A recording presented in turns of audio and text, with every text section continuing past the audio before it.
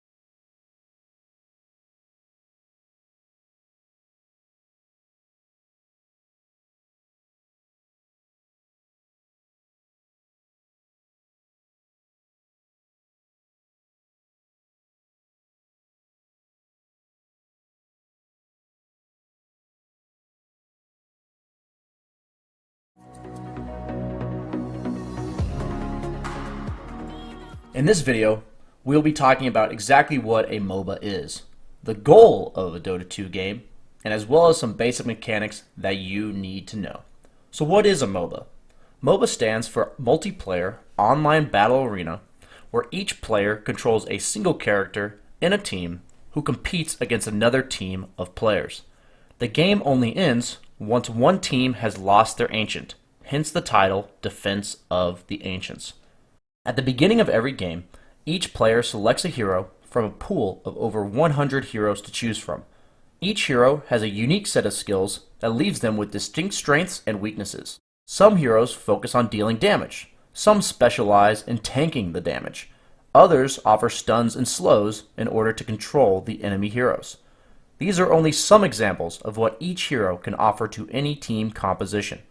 One of the most difficult parts of Dota is gaining knowledge and understanding of exactly how to abuse these heroes' strengths while also minimizing the impact of their weaknesses. Every game of Dota is played on the same map. The Radiant team occupies the bottom diagonal half of the map, while the Dire team occupies the top diagonal half.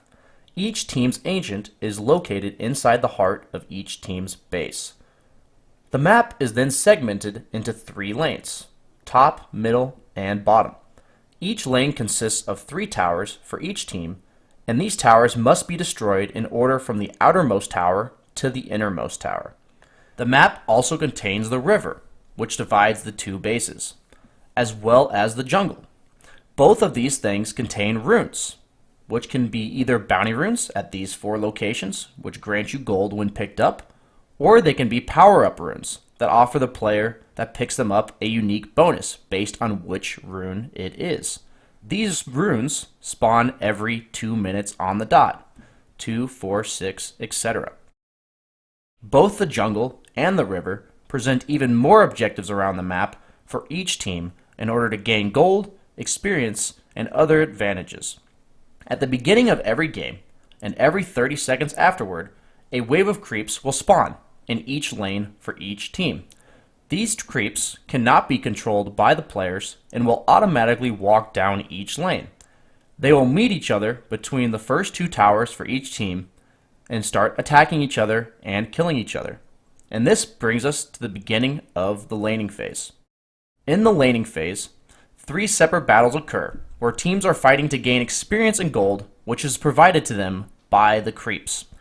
When heroes are nearby enemy creeps that die, they will evenly split the experience gained from the creep. Thus, one hero will gain twice as much experience if there's only one hero as compared to when there are 2. However, in order to gain gold from the creeps, you have to deliver the killing blow, which is otherwise known as last hitting, and can only be received by one hero. This is where the skill of laning stage comes in. Players have to not only fight each other, but also the creeps in lane in order to try to get the last hit on each individual creep. Also, when one of your own creeps is below half health, you can attack your own creep, and if you get the last hit on the creep, you not only deny the gold that they would have received for the last hit, but they also receive even less experience. Experience is gained when a player is near an enemy creep that dies, an enemy hero that dies, or when a neutral creep dies. Neutral creeps are found in the jungle, as shown by these locations on the map, and can be killed by either team. If these creeps are killed, each individual location will respawn on the minute mark every minute. This experience, gained from all of these things, is used in order to level up your skills, which become stronger as you level them up. Gold is gained passively over time. It is also gained by last hitting an enemy creep, last hitting a neutral creep, destroying an enemy tower, or killing an enemy hero. Gold is used in order to purchase items which make your hero stronger. The last objective on the map is called Roshan.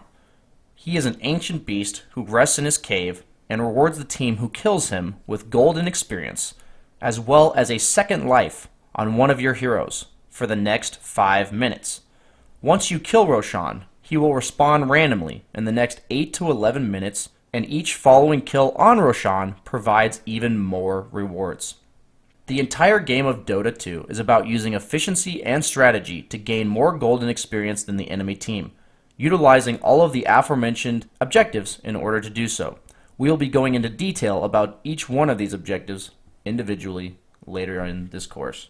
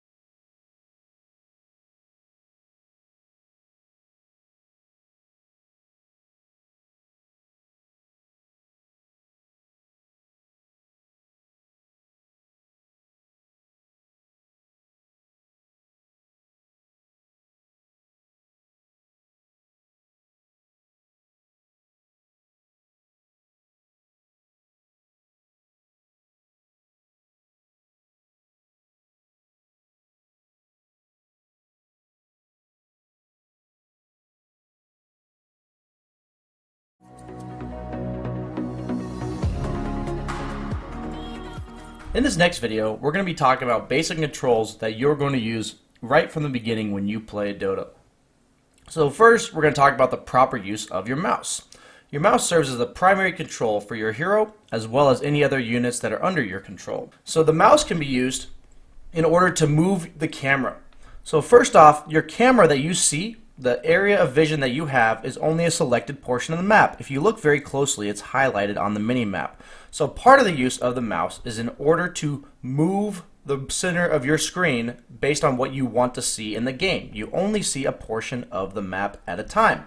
So to use the mouse, I can either left click the mini map in order to move it, as you see the windows moving, or I can drag my mouse, which is called edge panning, to the edge of the screen, which will move the screen based on which direction I am moving it. So the last way that you can move your mouse is called camera grip, which is bound to the scroll wheel on your mouse by default and can also be changed in the hotkey section. And this is done by clicking the center mouse button and moving your mouse on the mouse pad, and it will move according to where you move it. And the camera will lock and the mouse will stay on the same part of the map. Notice how it hasn't left that same spot in the river as I want to move my camera. So it's up to you on which way you want to move your camera. All are equally effective, and it all comes down to personal preference. So the next purpose of your mouse is to determine the left click and right click functions that you can utilize it for. I prefer to think of right clicking as moving and picking up items on the map. So first off, if you want to move, all you have to do is right click somewhere on the map.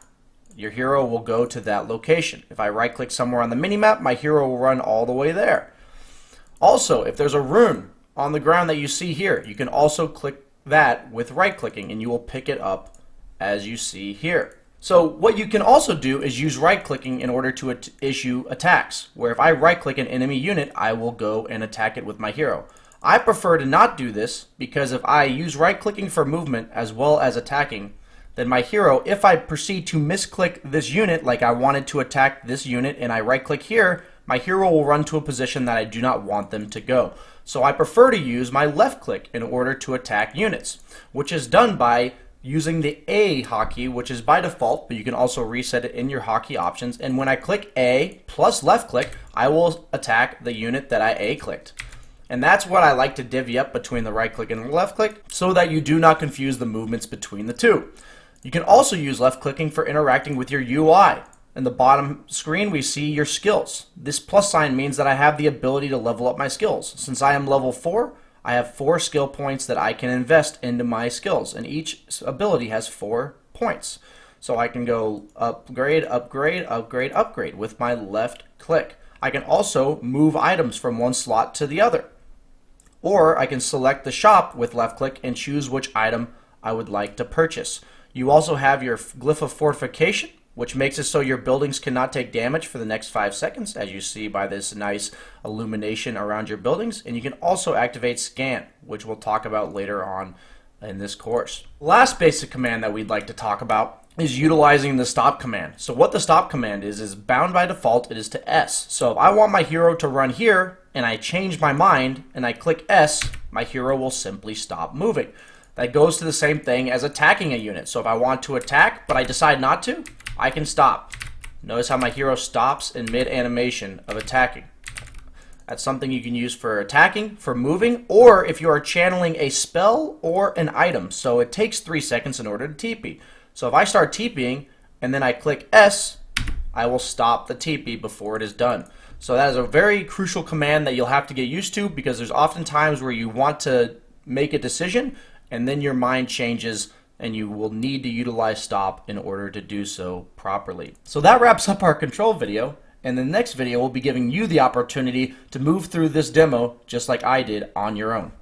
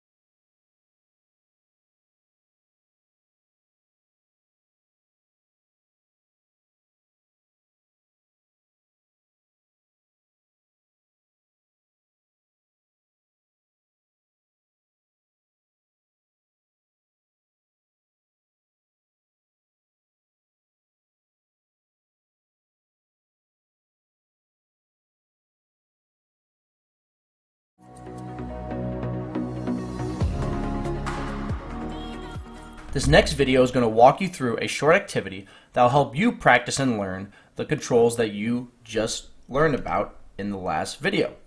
So in order to test yourself on these controls, go from the main menu of the DotA 2 client, click on Heroes, select any hero you want, and click Demo Hero. This takes you to a miniature version of the DotA 2 map that allows you to practice using items, skills, and in this case, practicing using your controls.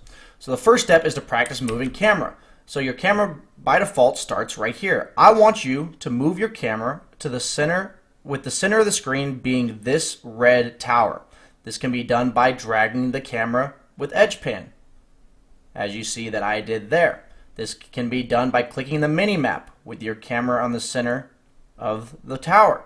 And lastly, this can be done by utilizing camera grip, as we talked about, using the center scroll wheel, and you can move it in order to have it on top of the tower. If you try all three of these methods, one of them will end up being the best for you. I will say right now that the use of the mini map is really only good if you want to have a drastic shift of your camera perspective, while edge panning and camera grip are much more ideal for common micro movements of your camera. So the next step in your activity is to get your hero to move. So that involves using right click. So I want you to walk your hero first to this portion of the map, and that's done by moving your camera and then right clicking. Now I want you to move it closer to the enemy creeps. And lastly, I want you to choose one of the enemy creeps and attack them as they spawn and walk at you. I'm going to choose this middle melee creep right here. And then change which one you want to attack. And then change it again. Lastly, test yourself on canceling your current actions. So first, I want you to walk like you're going to go to this tower. So click on the tower and then stop before you get there. Next, I want you to act like you're going to TP back to your own tower, which is done by using whatever hotkey your teleport scroll says above it. Mine is bound to the side of my mouse. So TP, and then before it ends, push stop. And lastly, this was something that you'll need to learn a lot later on in order to perfect it, is stopping your auto attacks. So you click the enemy unit and you push stop before the auto attack finishes. And that is definitely the most advanced use of the stop command, but something you can definitely start getting used to from the very beginning. That concludes our short activity for learning the basic controls of DotA 2, and as you get more and more experience with DotA, your control of your hero will become more and more advanced.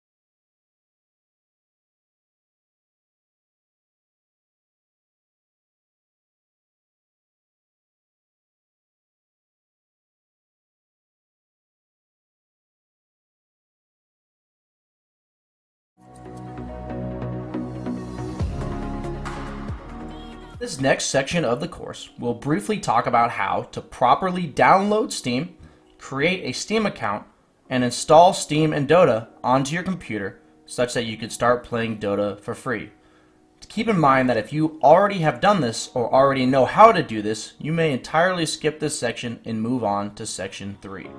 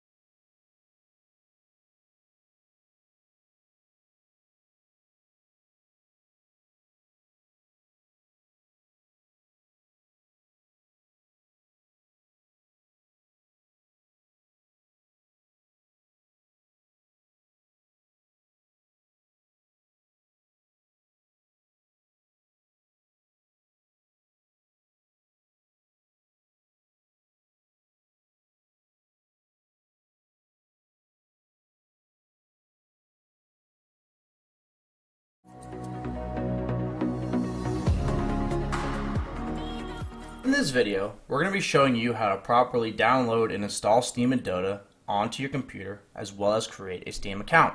So first, open your web browser and type into the search bar, download Steam. That will take you to an immediate link that will show you go to download. Click the download button and install Steam now. So once you click install Steam now, go ahead and open the client and it will walk you through the installation process. Make sure you get the proper language as well as any other settings that it asks you for, and proceed to wait until the download is finished. Once it is finished, have the check mark for Run Steam and click Finish. So once it has finished downloading, it will proceed to give you a menu that will allow you to log in. If you have not created an account already, select at the bottom of the menu, Create a New Account. It will proceed to open and give you the chance to create a Steam account name, a password, and link an email address to your Steam. Once you have done so, you will be able to log in. This can be done through the Steam menu, which will take you into the Steam client, or this can be done on your web browser at steampowered.com and any other website that utilizes Steam. And that can be done by clicking on the login at the top right of the browser. So once you have opened your Steam client after logging in, click on the store icon in the top left. That will take you to this new menu for the store, where at the top right it says search the store. In that bar, type DotA 2. And that will take you to a menu of games, and DotA 2 will be at the top, in which you click it and you can scroll down and you'll have the option to download the game, just like you did with the Steam client. And you click download the game. Now this may take a while because the game has quite a large requirement on your memory storage. And once you have done that, you'll be ready to go, and you can go to your library tab on Steam, click Games, and select DotA 2 and play from your Steam client. And that will open up DotA 2 for the first time.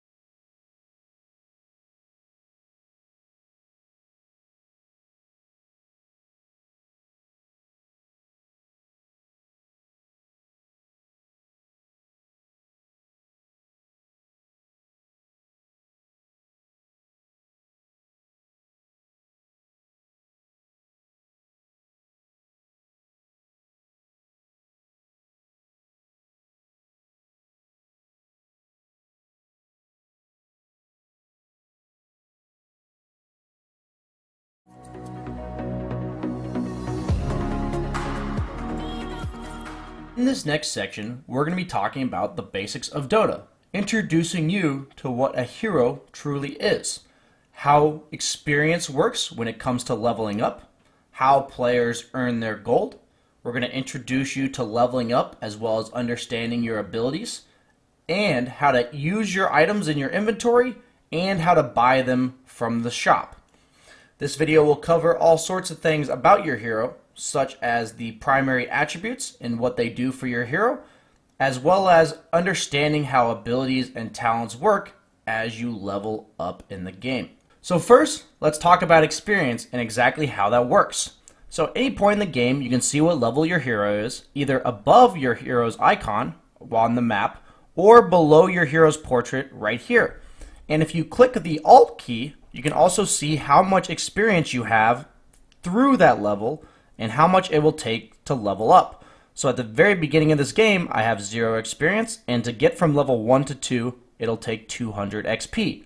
It takes more and more experience to level up from as you grow in levels. So it takes more to level from 2 to 3, more to level from 3 to 4, etc. And the max level you can get to in any game is level 25, and at that point you cease to gain any experience. So there are multiple ways to gain experience. First way is creeps. This can be done from lane creeps, which you're going to see here, or from neutral creeps. This is based on proximity. So the AoE around you, or area of effect, that a hero will gain experience does change over time, but at the current moment is about 1500 range. So to give you guys an idea of this, you can open up your console in Dota 2 and type Dota range display, or just see it on my screen now.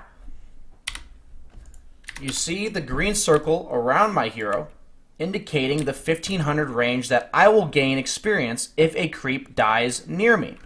So if an enemy creep dies near me, or a neutral creep dies near me within this range, I will split experience equally with all of the allied heroes around me. So if a melee creep dies, as you're going to see here in a second, I will gain the experience for killing it. So once it dies, we see that I gained the 57 experience that melee creeps provide. And these numbers do change from patch to patch based on the rules of the game and how much experience you exactly gain from creeps. But to understand that you gain only half experience with an allied hero is very important, or only a third as much experience if you have two heroes near you. So in this example, I'll show you that if you have a second hero nearby, we have 57 experience. And with the second hero, in this case my allied Lich, if we kill another creep, I have now only gained 28, which is half of the 57 that I got when I was by myself. And this applies for neutral creeps, for lane creeps, as well as for when you're killing heroes. I also gain experience by killing heroes. So when we kill this enemy hero, once we kill this enemy hero, you see that I gained another bit of XP. And the higher level that an enemy hero is, the more experience you will gain based on killing them. So as the game goes on, even though it takes more experience to level up, getting hero kills will provide you with more experience. So as the game goes on, the creeps provide the same amount of XP while heroes proceed to give you more and more. So now we're going to see what it means to level up. So every time you level up, you gain what we call a skill point. And you see here that I'm still level 1. And even at level 1, I have the ability to level a skill point. So this works by having 3 primary skills and an ultimate. This is how it works for almost every hero in Dota with a few exceptions. The ultimate can only be leveled at level 6, which it tells you. In case it's different for any other hero, it tells you in the toolbar next upgrade is allowed at level 6. So I can choose any of my 3 abilities. And in this case, I'll go ahead and choose my first one. So once I level up, which I can push here in the demo mode in order to practice, it gives me the option to level up another ability. Notice that I do not have the ability to level up my first ability a second time at level 2. And this is just a mechanic of how you level up in Dota. Every skill has 4 points, and you can't level one skill more than every other level. So what that means is the first time that you can have one of these 3 skills maxed to 4 points is at level 7, because you level it at 1, 3, 5, and then 7. And that applies for all heroes in the game. So in this case, we'll choose our third ability. And once we level up again, notice how we are now allowed to put a second point in either of our 2 abilities that we've already leveled. And notice when we level up, we can't level this again because we're not level 5 yet. Once we hit level 5, we can. And at level 6, we can level our ultimate. Every hero's signature ability is their ultimate, and that is what really makes each hero unique alongside all of the other 3 abilities. Your ultimate can always be leveled at 6, 12, and 18. Otherwise, you only have the option to level your skills or what we call talents. And this talent tree is unique for every hero in the game of Dota 2. However, you can level the talents at the levels you see next to the talents, and you have a choice between each one. So once I level up to level 10, I have the choice to level one of my level 10 talents. Most heroes have a very viable choice based on the game. Usually talents will give you damage, health, make your abilities have farther cast time or cast range, make them take a shorter amount of time to cast, make your abilities do more damage. They have all kinds of usages that apply uniquely to each hero in the game. So in this case, 8 strength. Strength gives me health. I could level that for health, or I could level 20 damage to make my hero do more damage. Every hero's talent tree is different. So now we'll be starting from scratch talking about how you earn gold. So gold can be earned by killing creeps, picking up bounty runes, killing Roshan, killing towers, or by killing enemy heroes. So first we will display how you gain gold from killing a creep. Unlike experience, you only gain gold if you get the last hit or the killing blow on a creep. So notice that if I'm near this creep when it dies, I will not be given any gold. Still have 440. But if I kill a creep, I will receive the gold bounty that it provides. Same here, and same here. This applies to lane creeps as well as jungle creeps. So once the minute mark hits, all jungle creeps will spawn at the minute mark for the rest of the game.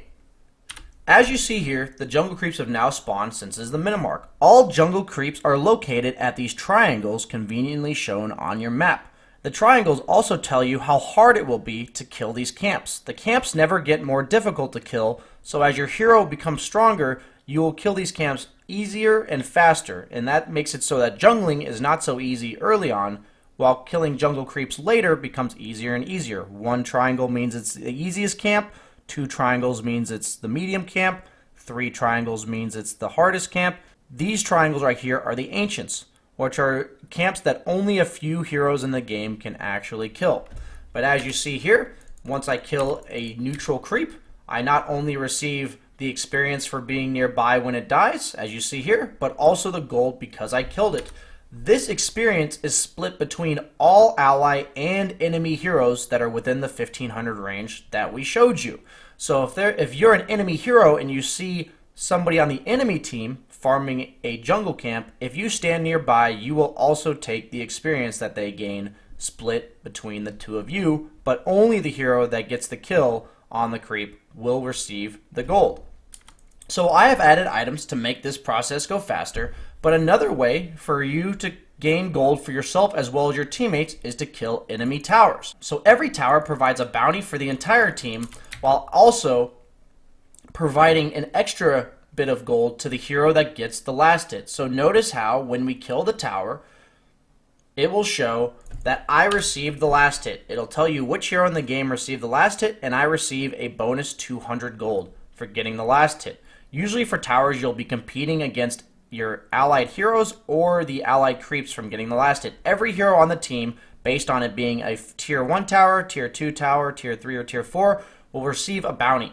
Every tower that you go deeper will give you more gold, but every tower provides you with that 200 gold for getting the last hit. So it's also very important that you not only understand that you get gold for towers, that you get the last hit on the tower so that you receive that extra bit of gold. But you do give gold to your entire team.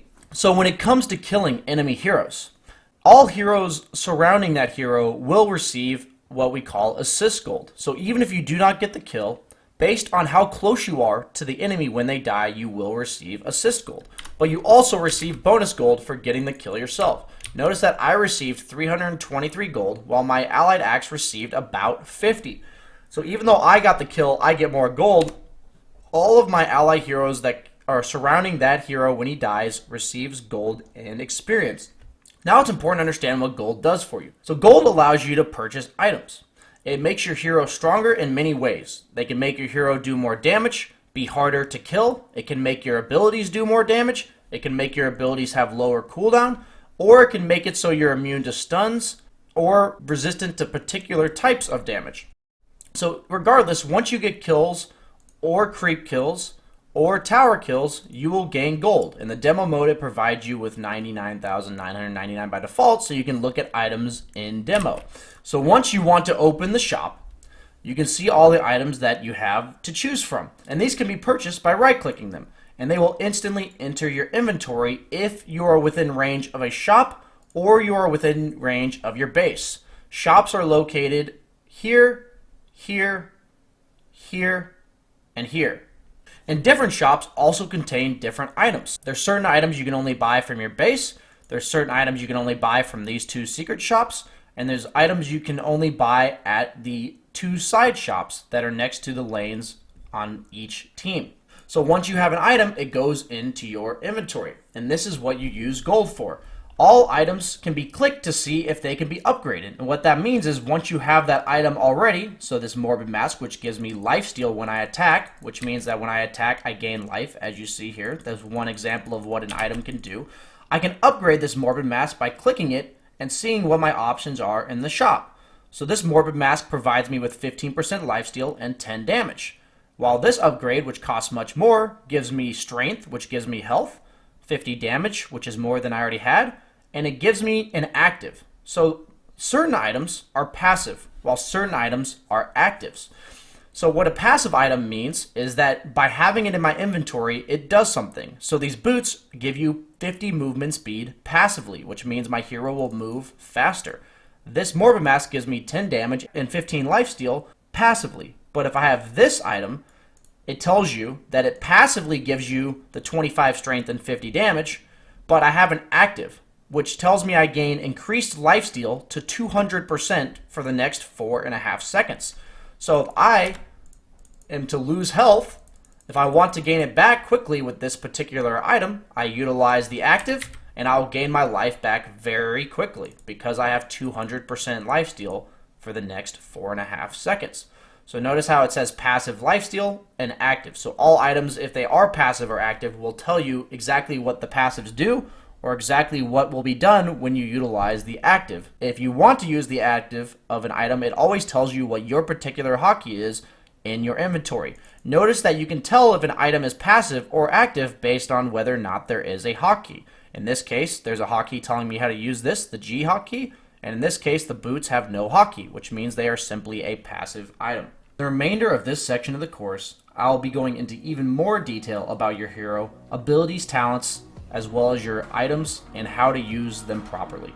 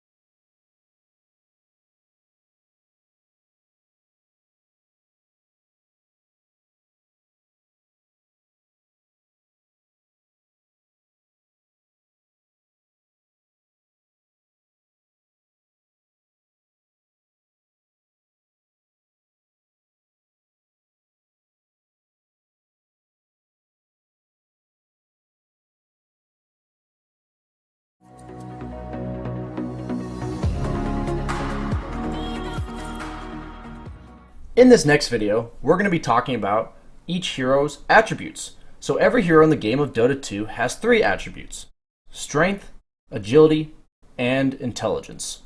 And these attributes provide each hero with unique bonuses. And each hero also has a primary attribute, which offers them even more bonuses than it offers to the other heroes. So for instance, every hero in the game, for every point in strength, you receive health regeneration, as well as extra resistance to magical damage. When it is your primary attribute, you receive an extra 25% on each one of these bonuses. So a strength hero will receive more health per point of strength than a non-strength hero. Also, when it is your primary attribute, if I am a strength hero, every point in strength increases my damage by 1, making it so that I do more damage with my attacks. It applies the same way for agility heroes with agility, as well as intelligence heroes with intelligence. On the other hand, with agility heroes, for each point in agility, it increases your attack speed, your movement speed, as well as your armor, which makes you more resistant to physical damage. So agility heroes tend to have high armor, which means they're resistant to physical damage, and they also attack very fast.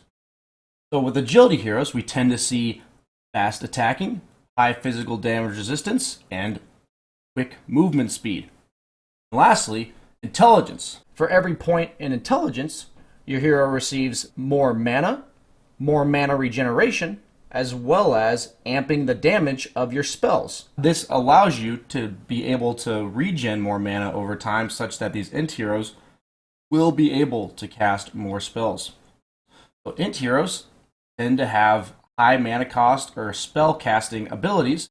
So every hero has a primary attribute, but yet they still have the other two attributes, and this is part of the balance of Dota 2. How every level you level up, you will gain a certain amount of intelligence, agility, and strength. And this can be seen by going to the Heroes tab, clicking on a specific hero, and going to the About section where it tells you this is how much they start with, and this is how much they gain every single level. So you can see by how much they gain every level, how tanky over time they'll become by how much strength they gain, how fast they'll attack, as well as how resistant to physical damage they will be with agility, and how much mana they will have in order to cast spells based on how much intelligence they gain. And it'll also tell you what their primary attribute is if you look at the top left of the About section, where it is just an icon. Red is for strength, green is for agility, and blue is for intelligence.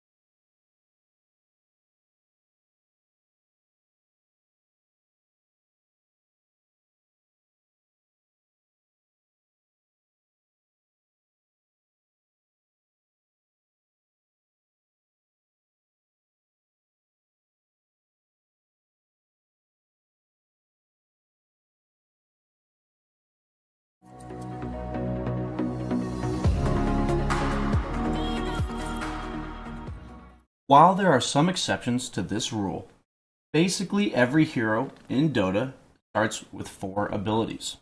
3 non-ultimate abilities, and 1 ultimate ability that usually defines what that hero does. And all of these abilities can be used for different things. Some examples are healing, where you heal yourself or one of your allies. Some examples are damage dealing spells, ones that their sole purpose is to nuke, is what they call it. They nuke the enemy for damage, taking off their health. Debuffs and buffs. So some buffs make it so your allies take less damage from spells, or they don't take any damage from spells, or they move faster, or they attack faster. And examples of debuffs are things such as silence, where that means that the enemy who is silenced cannot use their abilities, or slows, which makes it so it restricts their movement speed for a set amount of time. So for the majority of heroes who have only 4 spells, you can learn a lot about their spells by mousing over when you are demoing the hero. If you put your mouse over the ability, it'll tell you exactly what that ability does. So for example, that I have here, I have Spirit Lance with Phantom Lancer. So it says it sends a magical Spirit Lance to a target enemy unit that damages and slows, while summoning an illusory phantom to attack the unit. So it tells you every level, there's 4 points that I can level my Phantom Lance. In every level it does 100, then 150, then 200, then 250. It slows them for 3.25 seconds, and then it tells you how much it slows them. So if I had 300 movement speed, I would lose 30 at level 1, 60 at level 2, 90 at level 3, 120 at level 4. And then it tells you how long that illusion lasts, and then how long the cooldown is in the bottom left corner, the clock ticker, and then with the blue icon means how much mana it costs per level. As I level it up, it also costs more mana. But when you see here, it says it's a targeted ability. So rather than hitting everything here, it'll only hit the unit I target, as you see here. Certain abilities are area of effect abilities, where it will hit everything around you, or in a specific area.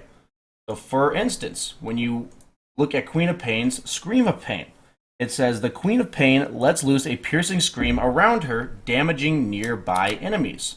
So if I look at the ability, it shows me, by mousing over it, how far the damage is. The radius, this green circle represents anything in this green circle will get damaged by my ability. So when I use it, it hits all of the units for a specific amount of damage and based on level. So that's an example of a nuke that only does damage, and that's its sole purpose. So other abilities can be used to heal. And in this example, you can heal basically any ally with this targeted spell. It says in the description, it instantly heals a friendly unit, and also it damages all nearby enemy units. So this one's a targeted ability, just like we saw with the Phantom Lance. So I choose to target my creep, and it heals it. I can use that on allied heroes, I can use that on my allied creeps, and that will usually tell you, it says affects allied units. And at the top of the description, the ability will say unit target and exactly who you can use it on. So it'll say enemy heroes, allied units, enemy units, and then it'll tell you what damage type it is. Damage types are magical, physical, which is from auto attacks, and then pure damage means that no matter what their resistance is, it will do that damage at all times. So Omni Knight is a great example of a hero that is used to buff his teammates. He has a heal that gives them more health to work with, even though they only have 1,000 health. Since he's healing them, they effectively have more. And then his second ability, it says, creates a divine barrier around an ally, which grants them spell immunity and 100% magic resistance. So if I have this on, I no longer take magic damage as long as it's on, which is a perfect example of a hero that buffs up the rest of his team and makes his allies more powerful. An example of a debuff can come from slows and stuns. So in this example, it says Degen Aura. Some abilities are simply auras, which means once you have them leveled, they are passive, which you don't have to do anything for that ability to do anything. And so with auras, it says here, greatly degenerates the movement and attack capabilities of enemy units that stray too near. That means that any unit that's in the radius of this circle to Omni Knight will be slowed by this amount of percentage every level for movement speed, and it'll also slow their attack speed. So that makes them do less damage, and it also makes them move slower. So that happens simply by Omni Knight existing, and you can see the effect on this creep that it's attacking slower as I'm standing next to it. When I walk away, it starts attacking at a normal speed again. So there are also spells that slow enemy units. For example, Viper is one of the most well-known heroes for slowing the enemy. His ultimate, once leveled, it says, Viper slows the targeted enemy unit's movement and attack speed while also dealing damage over time. The slowing effect reduces over the duration of the poison. But if you see here how fast the range creep is attacking, I ult it, suddenly it's slowed to a crawl. And that's something where over time, generally slows become weaker because heroes can build items to deal with slows.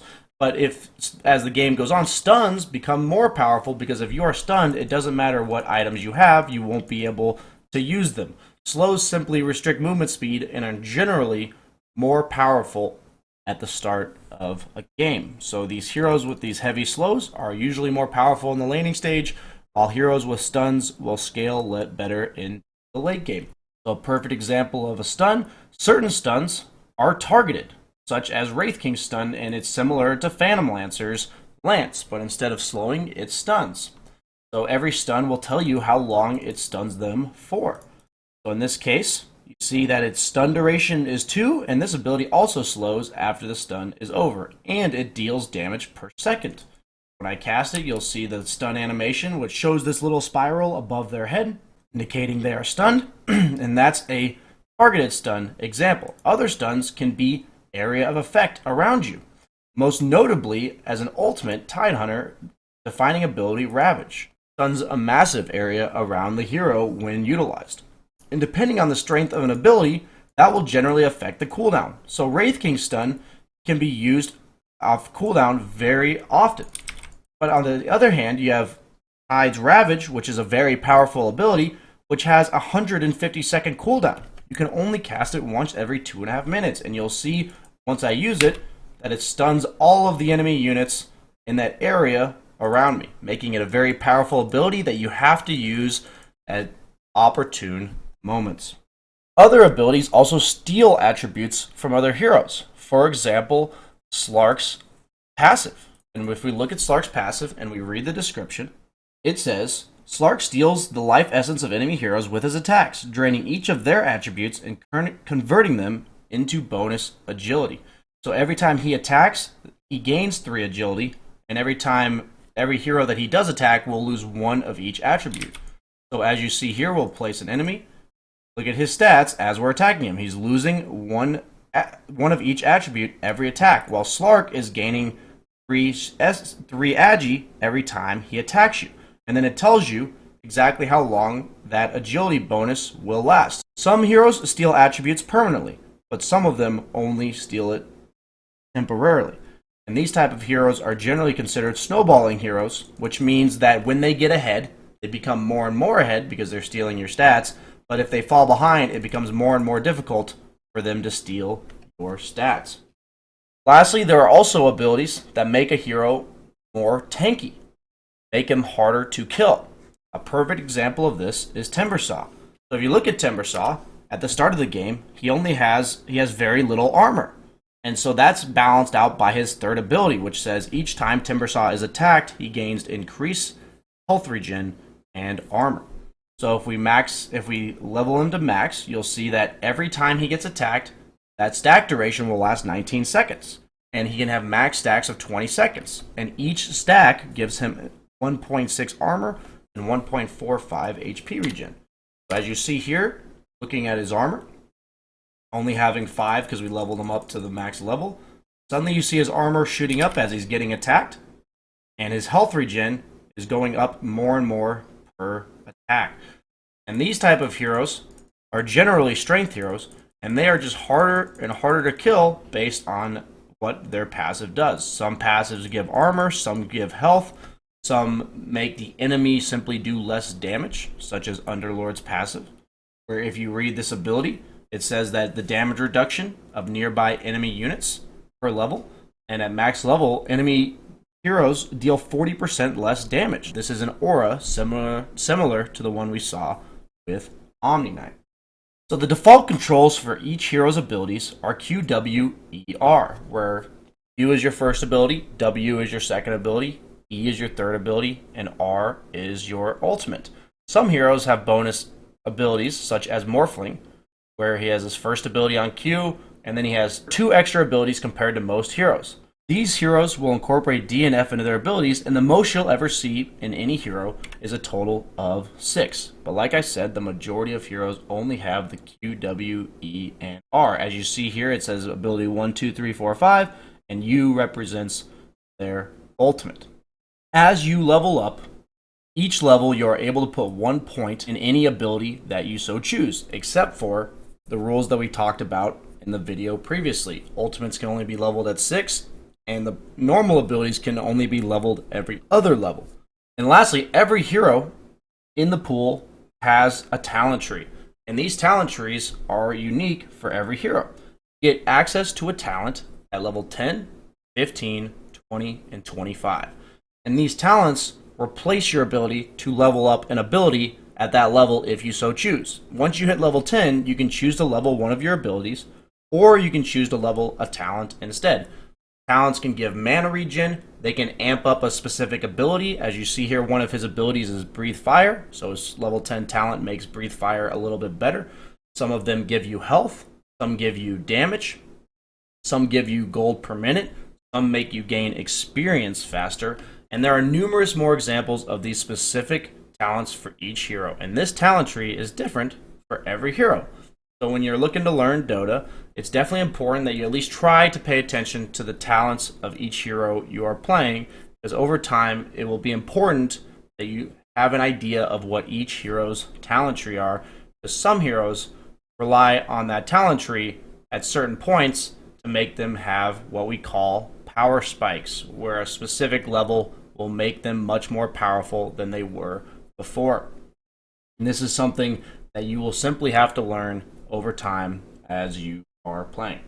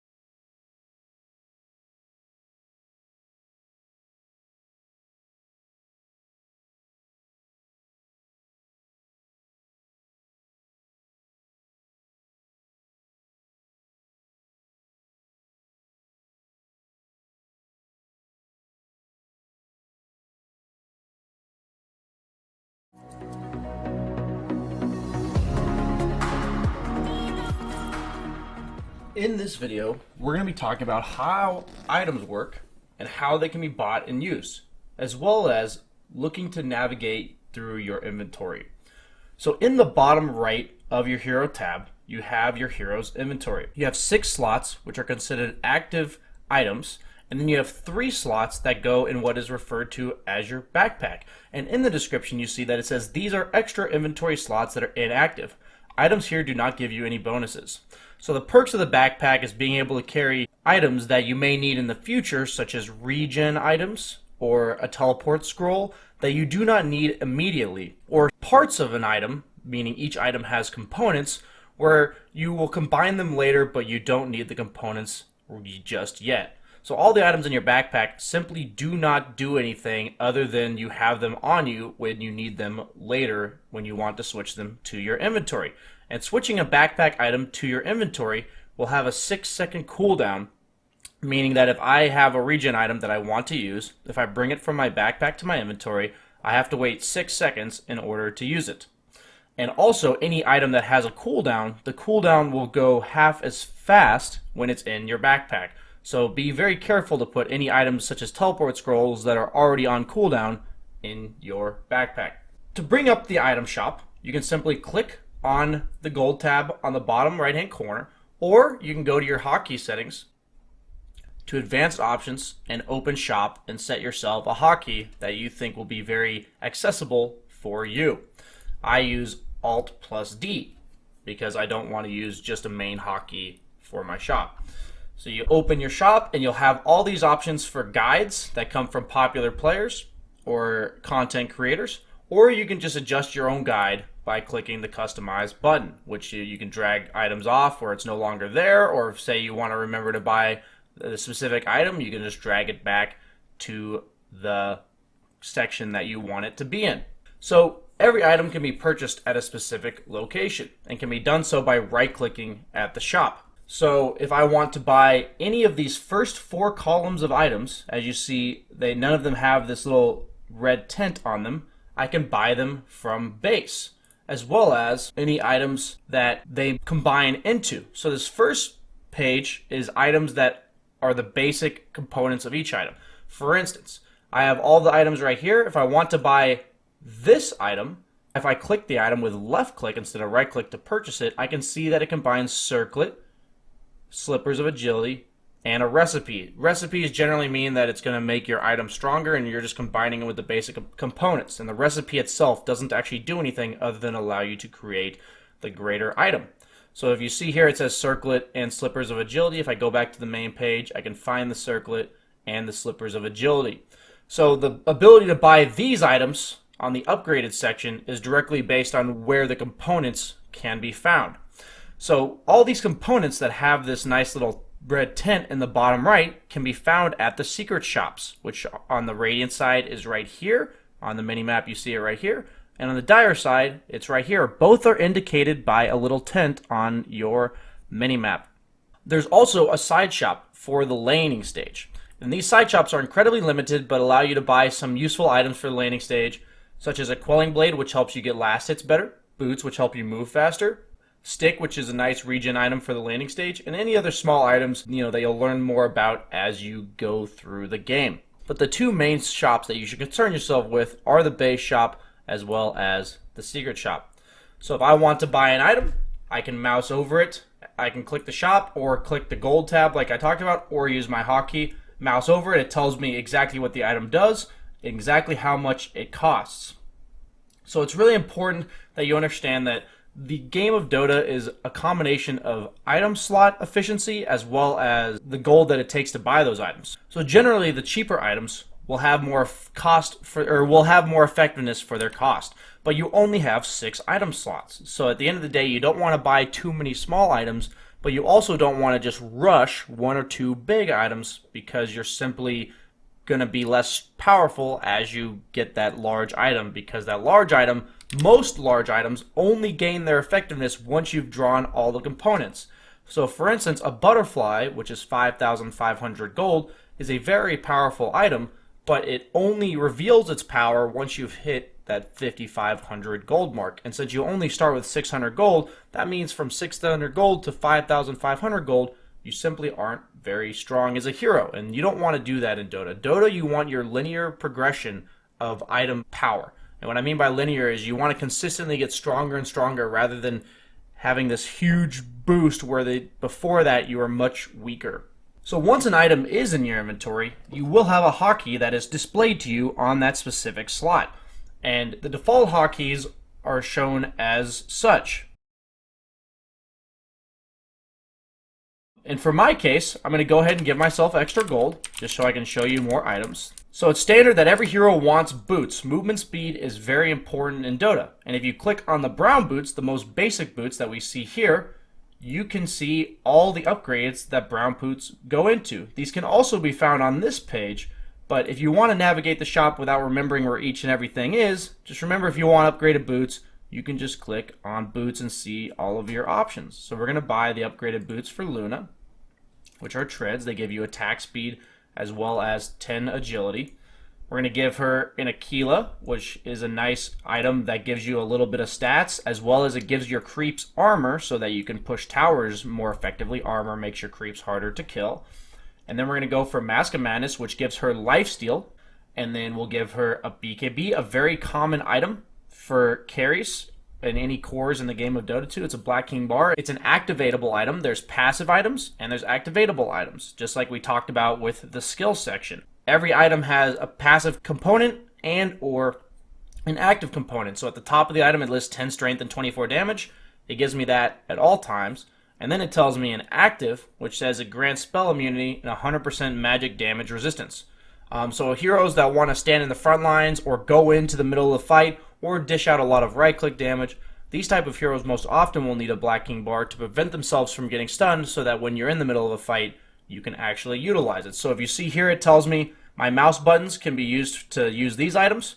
This item is a toggleable aura, which says deactivate to stop affecting non-hero units. So if I don't want my creeps to push, and I'm not looking to push a tower, I can deactivate that pushing the mouse button. See how it's off now, back on, off. And this item, instead of being toggleable, is inactive. So it has a cooldown and a duration. You see the duration is 10, 9, 8, 7, 6, 5, which means every time I use it, I lose a second on the duration. And the cooldown, which you can see above it, is 70 seconds. So if I use that Black King bar, you'll see that it shows on my hero that I'm using it. I have a buff above my tab, which tells me how long this is going to last for. It's counting down for me. And same thing with this item. It says that I get 20 damage and 10 attack speed. But if I activate it on a 22-second cooldown for 8 seconds, I get 110 attack speed, 12% movement speed, but I lose 8 armor and I can't use my abilities. It says it silences me. So there's positives and negatives to this item. Clearly, it's an item that you don't want to buy on heroes that require spells because it silences you and reduces your armor. So it makes you very vulnerable while you're attacking very fast. So this is an item that when you use it, you can see it on your hero. It glows your arms and legs red so that you can tell that it's on and the enemies can tell. The importance of items is that when you gain gold through the laning stage from creeps as well as from kills, that your heroes all have strengths and weaknesses, and your items are meant to either enhance your strengths or minimize your weaknesses. So it's super important that if you're an initiating hero that requires to get into the middle of a fight, that you buy a Blink Dagger, which is an activatable item that when you see here, when clicked, I can instantly teleport a small distance. I can't teleport all the way across the map, but I can teleport a small distance. As you see when I click the item, and you can see the ring around me, this green ring, how far I can actually blink. And that helps you get into the fight and start the fight for your teammates. But if you're a frontlining carry that needs to dish out a lot of damage, then you need that BKB. There's all these items have a unique purpose. You have an idea of what that purpose is, at least at the basic level as you're getting to start. And the suggested item builds in these guides can help you out a lot because they are made off of what you should generally build rather than specific situations. At the highest level of Dota, very specific builds and very specific items are what you look for based on from game to game because every game of Dota is different. Moving on to the next video, we'll be teaching you an activity about using your abilities and buying items.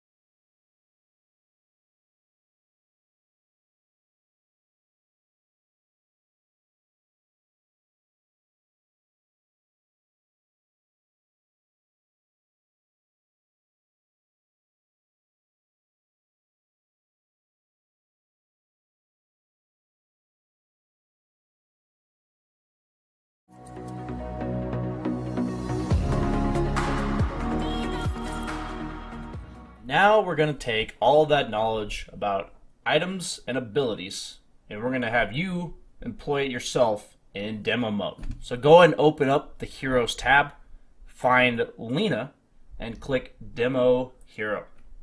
So in this activity, we're going to be talking about how to skill and use an ability, open and navigate the shop, and then buy and use an item in order to kill the enemy hero, kill a certain amount of creeps, and then proceed to destroy the tower. So let's go ahead and pause and talk about exactly what we want to see out of you. So when you're level 1, you're only going to be able to level 1 skill, as we talked about. And this can be done by pushing Control plus the hotkey for that ability, or by simply clicking the level up button, which is above each individual skill in whichever one you so choose.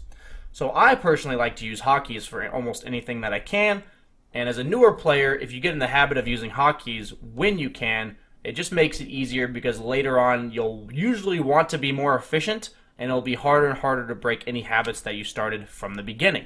So I want to level Dragon Slave, so I'm going to push Control plus Q, and that will level my Dragon Slave. Like I said, you can also simply click the plus sign above the leveling skill. So once we level up Dragon Slave, we're going to go ahead and show how to use it. So once I click Q, I can see where I'm targeting the Dragon Slave, and then I can throw it out. And if I put free spells on, that'll make it so it doesn't cost you mana, or you have no cooldowns so that you can practice using your abilities even more. So I can angle my ability, press Q. So this is pushing Q, and then left clicking is how you use your ability. So I click Q to give me a target indicator, as you see that it's doing. If I want to throw it this way, I can then click now. So it's just Q click. It can be even faster. Q click, Q click. And that's using Dragon Slave. So the next ability, now that I'm level 2, I have Light Strike Array, which is an area of effect stun, which if I click W, I can see exactly what that area is when I want to target the ability. As you see here, it's a nice little circle that anything in this circle will get hit by the Light Strike Array. You see there? So if I want to go Dragon Slave, Q click, W click with Light Strike Array, it's a great practice on heroes that have combination abilities where you use one ability and then follow it up with the second ability. So on a hero like Lena, since she has so many castable spells that cost a lot of mana, she'll often buy Arcane Boots. So make sure you turn free spells off and practice using your Dragon Slave into your Light Strike Array. And then what Arcane Boots do, as you see here, is if I use the button, I gain my mana back. It says active, restores 135 mana to all nearby allies. That's including yourself. So it also helps with your teammates. So now notice how I have more mana to work with. I can use my Q again to get that last hit. So another item that you can buy on Lena is called Yule's Scepter, which is a passive item that gives you movement speed, mana regen, and intelligence, which also gives you extra mana. But then there's an active, which sweeps a target unit up into a cyclone, making them invulnerable for 2.5 seconds. It sends yourself or an enemy hero up into the air for 2.5 seconds, which, since your sun has a delay, notice if I push W and then delay, it has the cast delay of a half second. So it makes it hard to hit any heroes that can move. So if there's an enemy hero that's moving back and forth and I want to hit him with my stun, create hero here if you want to practice, I can use my Yules on the enemy hero to set up my stun. And I missed it there. Yules him up.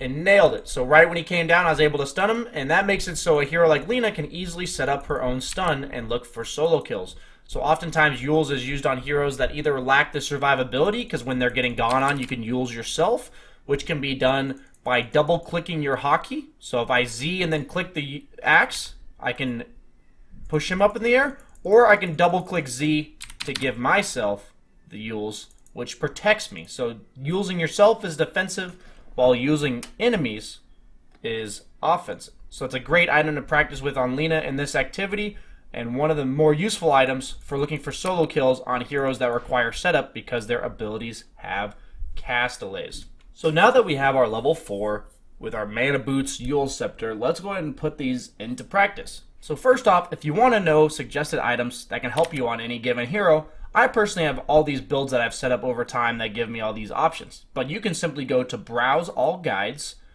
check out Standard Lena build, which will show you all the items, or you can look for popular guide makers that all have their names on there, and if you happen to like one guide maker in particular, or one of your friends recommends it to you, Tortellini is one of the most famous, so I can select his, and I can see what he suggests early game, starting items with your first 600 gold, and then what items I may look to build into later. As a higher level player, I generally choose my own guide because there's so many items in almost any circumstance that sometimes you may want them. So if you click the Tortellini guide for yourself, we can start the game with these two items, which is a little bit of regen from Tangos. And we're going to show you very quickly, and you need to practice how to use regen in the laning stage. So part of the laning stage is that you're going to be right-clicking each other, you're going to be hitting each other with abilities, and so you're going to need mana and health regen. So bottle is an item in the mid lane, or even in the side lanes now, that helps you get both. If you see here, you consume a charge, you get a certain amount of health and mana every charge, and then you can fill it up by picking up the runes that we talked about in the objectives part of this course. But we're going to show you salves and tangos. So let's go ahead and unpause. So salves and tangos are the only two primary forms of health regeneration in the laning stage, and are usually have to be incorporated in your starting items, because if you don't buy a regen and the other guy does, after you two trade hits, he'll have full health or full mana, and you'll be half health or half mana. So once you lose health, which we're going to just do by walking into the enemy tower, taking a little bit of damage, tangos are used by targeting a tree and then eating the tree and gaining regen over time. So it says you consume a target tree and gain 7 health regeneration for 16 seconds.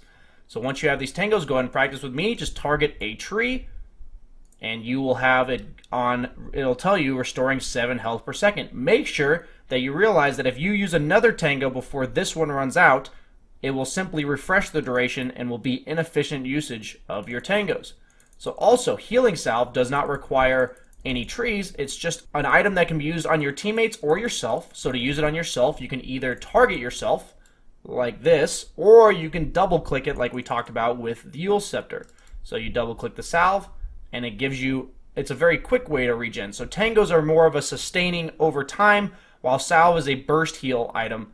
And the salve will get canceled if you take any damage from enemy heroes, while tangos will continue to work no matter what damage you take. So salve something you do between creeps, while tango you can do like while you're last hitting and against an enemy hero. So now go ahead and practice using Dragon Slave to get 5 creep last hits. So we're going to go ahead and use it ourselves. That's 1. It's coming off cooldown, but we'll just go ahead and give ourselves free spells so we can use it as many times as we so choose. The creep's low enough. You see how much damage it does, 235. We can click the creep. We see it has less than 235, and we can get all 3 of those creeps. So if you want to get a little bit more advanced, use level 1 Dragon Slave, because level 1 Dragon Slave only does 85 damage, as opposed to the 235 that you see coming out from my level 3.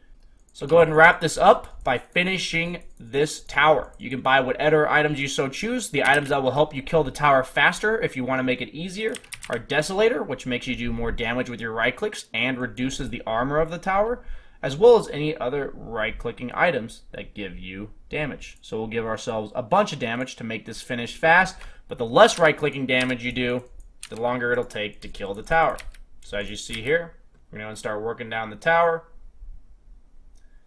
And we need creeps to shield us. We could buy tank ability items, meaning that make us more survivable. Notice how the tower is killing us, but if the creeps shield us, we'll be able to take the tower. Something very important that you can learn by playing a hero like Lena, who has very low health as an intelligence hero. We killed the tower, and this activity is complete.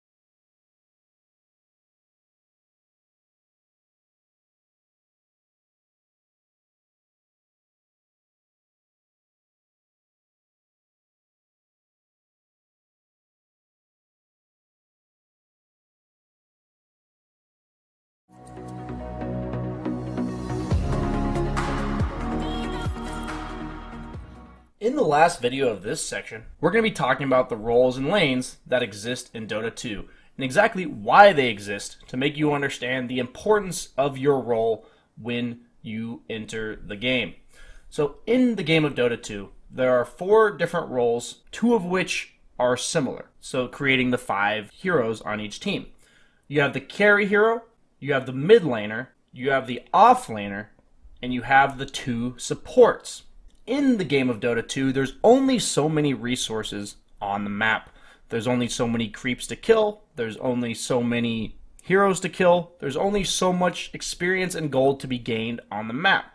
So the idea is that if you have 5 heroes of equal strength, that will be weaker than 3 heroes that are stronger than all 5 of you, and 2 heroes that are weaker than you. Basically saying that certain heroes in the game operate better with a lot of gold and experience, while other heroes will be more self-sufficient if they have less gold and experience. And so these heroes that operate better with less gold and experience are generally the supports. And this role setup can be named from position 5 to position 1, where position 1 requires the most gold and experience to be effective, while position 5 requires the least gold and experience to be effective. 5 and 4 are the supports, 3 is the off laner, 2 is the mid laner, and 1 is the carry role hero. So it's really important that you understand that every team in an ideal situation will need an equal distribution of these types of heroes so that you'll be able to use the gold and XP that your team is able to gain and distribute it effectively and efficiently.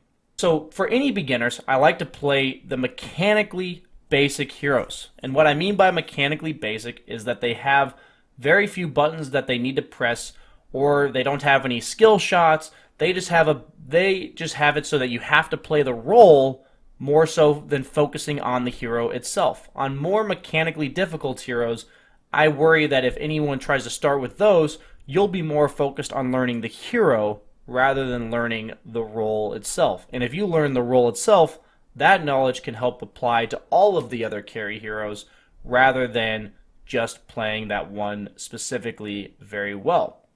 So some of the basic carry heroes I like to play are Wraith King, Phantom Assassin, as well as Juggernaut.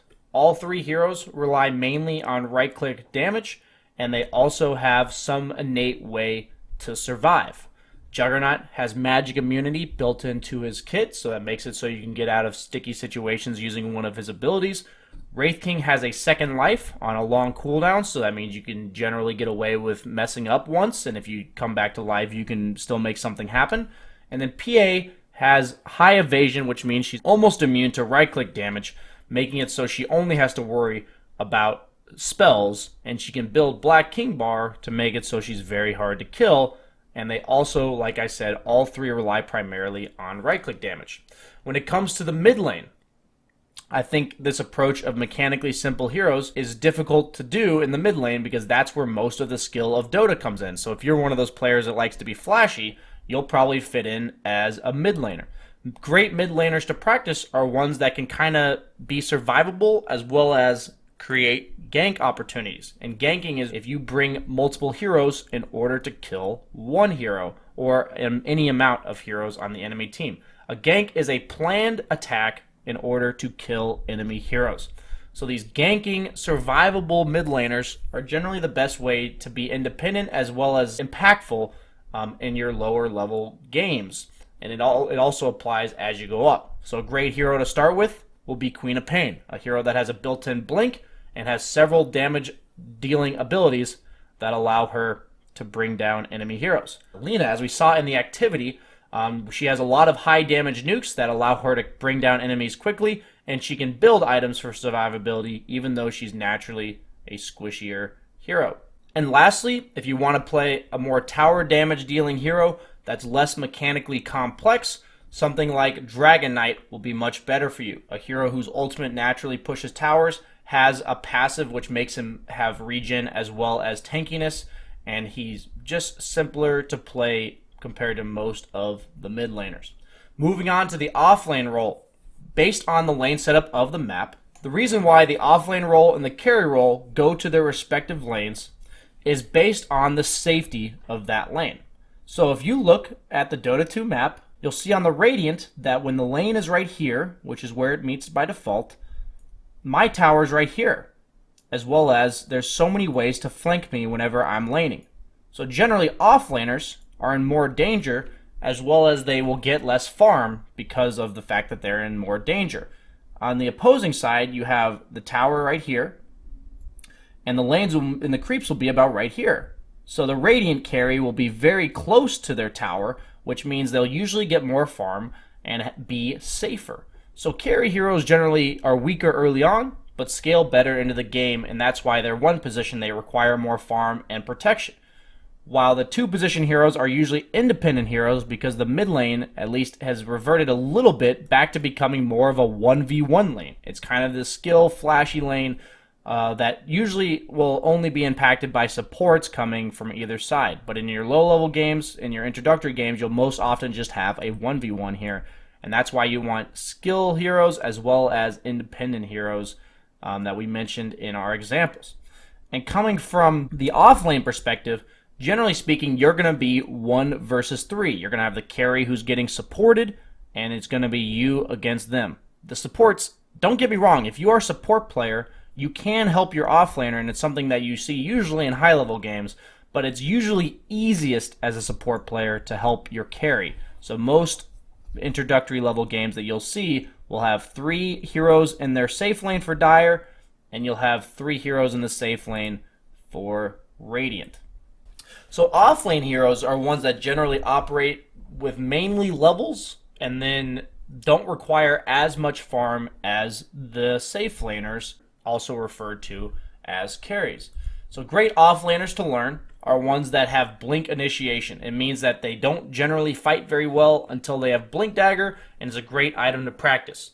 So general offlaners that will help you a lot are heroes that either offer gank potential, which means, like we talked about, looking to kill heroes and initiating on them, or a lot of team fight, which will make it easier for you if you have just a large AoE stun. So some common offlaners are Axe, who relies on his blink initiation, Tidehunter, who's a heavy team fight hero, who can really look to land that 5-man flashy big stun that helps his team win a team fight, or Legion Commander, a very popular combination of the two, which has a saving mechanism but also has that solo pick-off duel. Her ultimate is Legion Commander and the target enemy hero are forced to attack each other until death or until the duration ends. Legion Commander is a fantastic snowballing offlaner that if you want to look to carry the game, especially in low levels where people are going to be out of position a lot, Legion Commander is one of the most noteworthy offlaners. All of these heroes function well with a bit of farm and mainly levels, because their abilities naturally scale very well. Usually what happens with carry heroes is they have a lot of passives or abilities that give them right-click damage or movement speed or survivability that they need items to make them more powerful, while mid laners and offlaners will have more abilities that are strong on their own, and items are simply a luxury in order to enable them to be more powerful, but are less necessary than carries. And as you go down this spectrum all the way to the supports, the 4 and the 5 position, they need less experience and less items. But keep in mind that every hero does need levels and gold in order to be effective in the game of Dota. So the 5 position hero is generally the one that buys most of the support items, meaning the wards, the smokes, the courier, anything that the team needs, the support in the 5 position will usually buy. The 4 position support is generally a support that doesn't need as much gold and XP as the cores, but still needs a little bit. So those supports will oftentimes spend much less gold on the team items and more focus on themselves to be initiators, gankers, heroes that save people, that kind of stuff. And so it's important that in your level games that most people don't either want to play support, or your 4 position will be a hero that just jungles and won't actually be a support. So it turns into more of like having 2 3-position heroes and 1 6-position hero in your low-level games. And it's really important that if you want to be that constructive teammate that if you're forced to play support and you don't necessarily want to, it's very important that that 4-position hero, you have to understand, is quite important to winning the game. So these 4-position heroes are usually these tanky melee heroes that look to go in or set up fights. So Spear Breaker's a great lower level example of a 4-position hero. He's a heavy ganker and is very tanky and can go in to start fights. Another hero I really like is Slardar.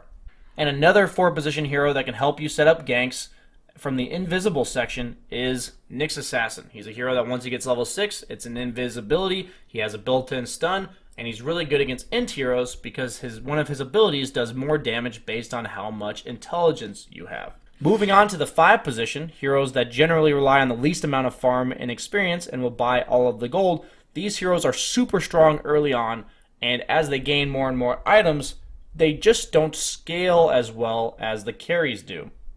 So that's why they require less gold and XP, because early on in the game they're super powerful with, just like every other hero has no gold and experience, but as the game goes on they'll use that gold and experience less effectively than the carries or the mids or the offlaners. Perfect supports to start with are Lich, because he naturally has a way to win the lane by sacrificing a creep and gaining experience that is taken away from the enemy. Bane, who's a very strong laner, just very tanky and has a great way to trade with people through Brain Sap, an ability that he steals health from the enemy team. Like whatever unit he's against, he'll deal that damage and steal the health back, making him very good at trading early on in the game with virtually no items. And lastly, Jakiro, because he pushes towers and pushes lanes very well, and is a hero that if you want to focus on taking in objectives and you don't feel like you can rely on your carries to do so, Liquid Fire is an incredibly good ability for bringing down buildings. Dual Breath helps you push out waves by nuking them down, and then you have a nice built-in stun with Ice Path. So if you feel like you took in too much information about each one of these individual roles and you want to learn more about each one specifically and find out which one's best for you, or you feel like you may already know and want to know more about that one specific role, check out our next section where we'll be having some follow-up courses which will be talking about the different roles individually.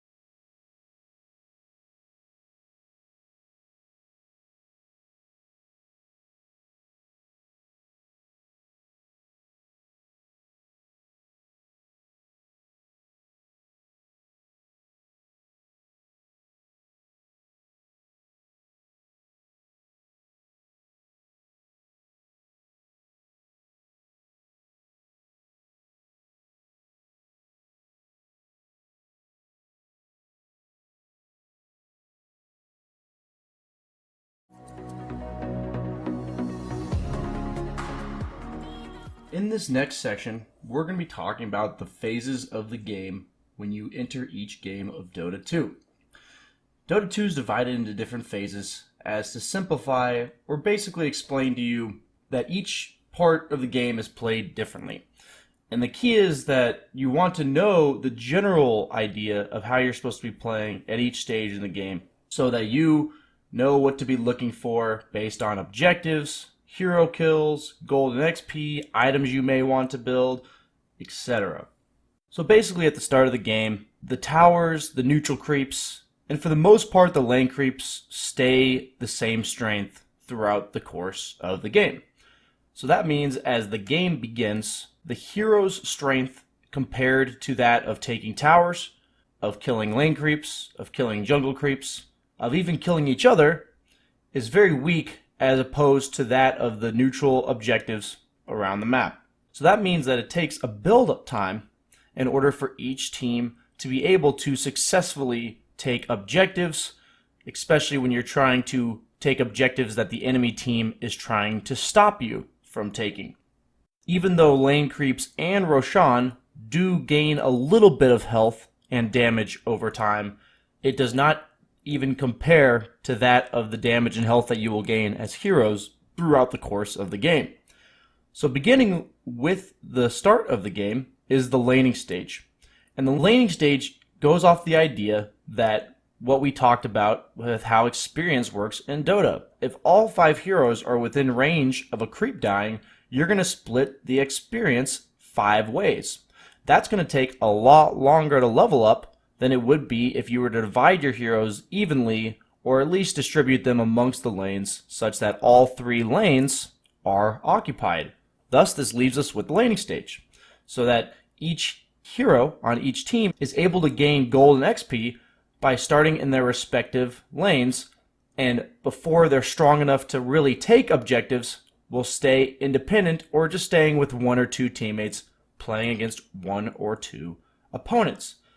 The goal of the laning stage is to gain more experience and gold from the lane creeps than the enemy does in your opposing lanes.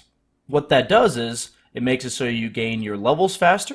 Certain levels, maybe certain ultimates, help you kill heroes easier because they do a lot of damage or because they stun the heroes for a very long time. Or certain ultimates or abilities even help you kill creeps faster, or they help you take down towers faster. So the team that's getting more levels will be able to do a lot more early. So it's all about hitting your timings, and that's what the laning stage is about. You're trying to accelerate your levels and farm, which is farm is the equivalent of having gold in Dota, such that you are able to take objectives or team fights earlier than the enemy team. And the battle for gold allows it so you can build items. Certain heroes rely on the blink dagger in order to gank. Ganking means that you group together 1 or more heroes with the intent to kill another enemy hero and maybe take an objective from it, whether that be a tower or Roshan. But the fact is, these heroes are not strong enough to do these things at level 1 and with no items. So that's the idea of the laning stage. So the laning stage generally ends somewhere around the 10-minute mark, but at the highest level, to really understand when the laning stage ends depends on every hero in the game and will be different every game, because every hero requires different levels, different items, and has different timings such that they can go around the map basically getting objectives done. And so once you're done with the laning stage in any particular game, which like we said is around the 10-minute mark, but can honestly vary pretty widely because of the variance between heroes in Dota, even though the game starts the same every game. As the game goes later and later, heroes become stronger and stronger. And to explain it simply, it is much easier to build damage and gain the ability to kill people than it is to buy items that protect you from dying. So as the game goes on and on, especially at the professional level, teams will generally teamfight much more often because less and less heroes are survivable enough to be by themselves without the enemy team being able to kill them. So like we said in the laning stage, you're dividing it between 3 separate lanes. But in the early game, usually it'll be 1 or 2 heroes trying to farm, which means getting experience and gold around the map, whether that be in the jungle or still in their own lanes because they're survivable enough to be there, while the rest of the team looks to take team fights, objectives, or is maybe just looking to go kill the enemy team such that the enemy team isn't able to get their own experience and gold. But as I said, as the game goes on, it becomes more and more difficult to be by yourself. So in the higher levels of Dota, you'll often see basically 5-on-5 past like the 30 or 40 minute mark in the game. And oftentimes leads to a lot of games being thrown past the early stages of the game in the lower brackets of Dota, whether it be you beginners or players that are still just not at the professional level, because they don't recognize the times in the game that they are supposed to group up with their team, or else they will just die. So the important thing for you beginners is realizing that as the game goes on, it becomes more and more likely that you want to group up with your team. So we talk about the laning stage, we talk about the early game, where in the early game, sure, there are going to be times where if you don't know what else to do, or you think it might be the best thing to do, that you just group up as 5 with your entire team and you try to take a fight. You go try to push an objective, whether that be a tower, Roshan, and that's going to happen some games. But as the game goes on past the early game, maybe you've taken 1 or 2 tier 1s. Usually at this point, the carries will have 1 or 2 items, and that means that they're getting stronger, but they're not yet significantly stronger than the supports. And that's generally what the early game looks like, where the carries spend a lot of their time still getting farm and levels, while the supports, offlaners, and occasionally the carries or mid laners will look to take objectives. But once you've taken these objectives, usually the team leaving the early game that's ahead will have more towers taken than the enemy team. And that really leaves us to the mid game. Sometimes it's even at that point, but a lot of games one team is ahead of the other based on objectives or kills. And whenever you're spectating a game of Dota 2, you can always see which team has the net worth lead displayed at the top of your screen. And the beautiful thing about Dota is that at this point in the game, and even any point afterwards, it's not like a basketball game where the team that has 65 points and the team that has 60 points is winning the game. Certain lineups do better as the game goes on based on your hero composition. So if you're ahead by 3,000 gold as a team at 30 minutes, that does not always mean that you are winning the game. And also it sometimes means that you are really badly losing the game because your team has 3 supports while the enemy team has 5 late game carry heroes. And they're only losing by a small margin 30 minutes into the game. So the beautiful thing about these phases of the game is that every hero has a power level, basically how effective they are at any point in the game. And it's different for every hero, and it's different based on the phase of the game. So like we said, you have the laning stage where you're divided into 3 lanes, basically racing to get your early levels and items. You have the early game, which is using those early levels and items to either look for kills with ganks, looking to push towers, potentially looking to take Roshan to get that second life for your teammate. And then once one of the 2 teams basically has an advantage, they're able to farm up more of the map in the mid to late stages of the game. If you have more towers taken than the enemy team, generally what that means is you will have more room to farm. There will be more parts of the map that you are safe to farm, and thus if you gain that early advantage, unless the enemy team makes smart plays in order to try to kill you or maybe group up and take your towers themselves, they're going to fall more and more behind. And that's the purpose with ganks and objective pushing, is that at almost any game, at almost any point, one team benefits from both teams just farming with no kills, no objectives being taken. And that's another understanding of Dota 2. But the idea is there's a balance between when you want to farm, and at the most basic level, you want to know why are you farming? What item am I going for? What does it take for me to kill people? What does it take for me to push a tower? All of this stuff can be done at the most basic level and applies all the way up to the highest levels of Dota 2. So in this section, we're simply going to be going into depth about certain parts of these phases of the game so that we can really emphasize the main goals and things you can be paying attention to that even at the most basic level will give you a bit of guidance as well as an idea of what you want to be doing at each stage in the game.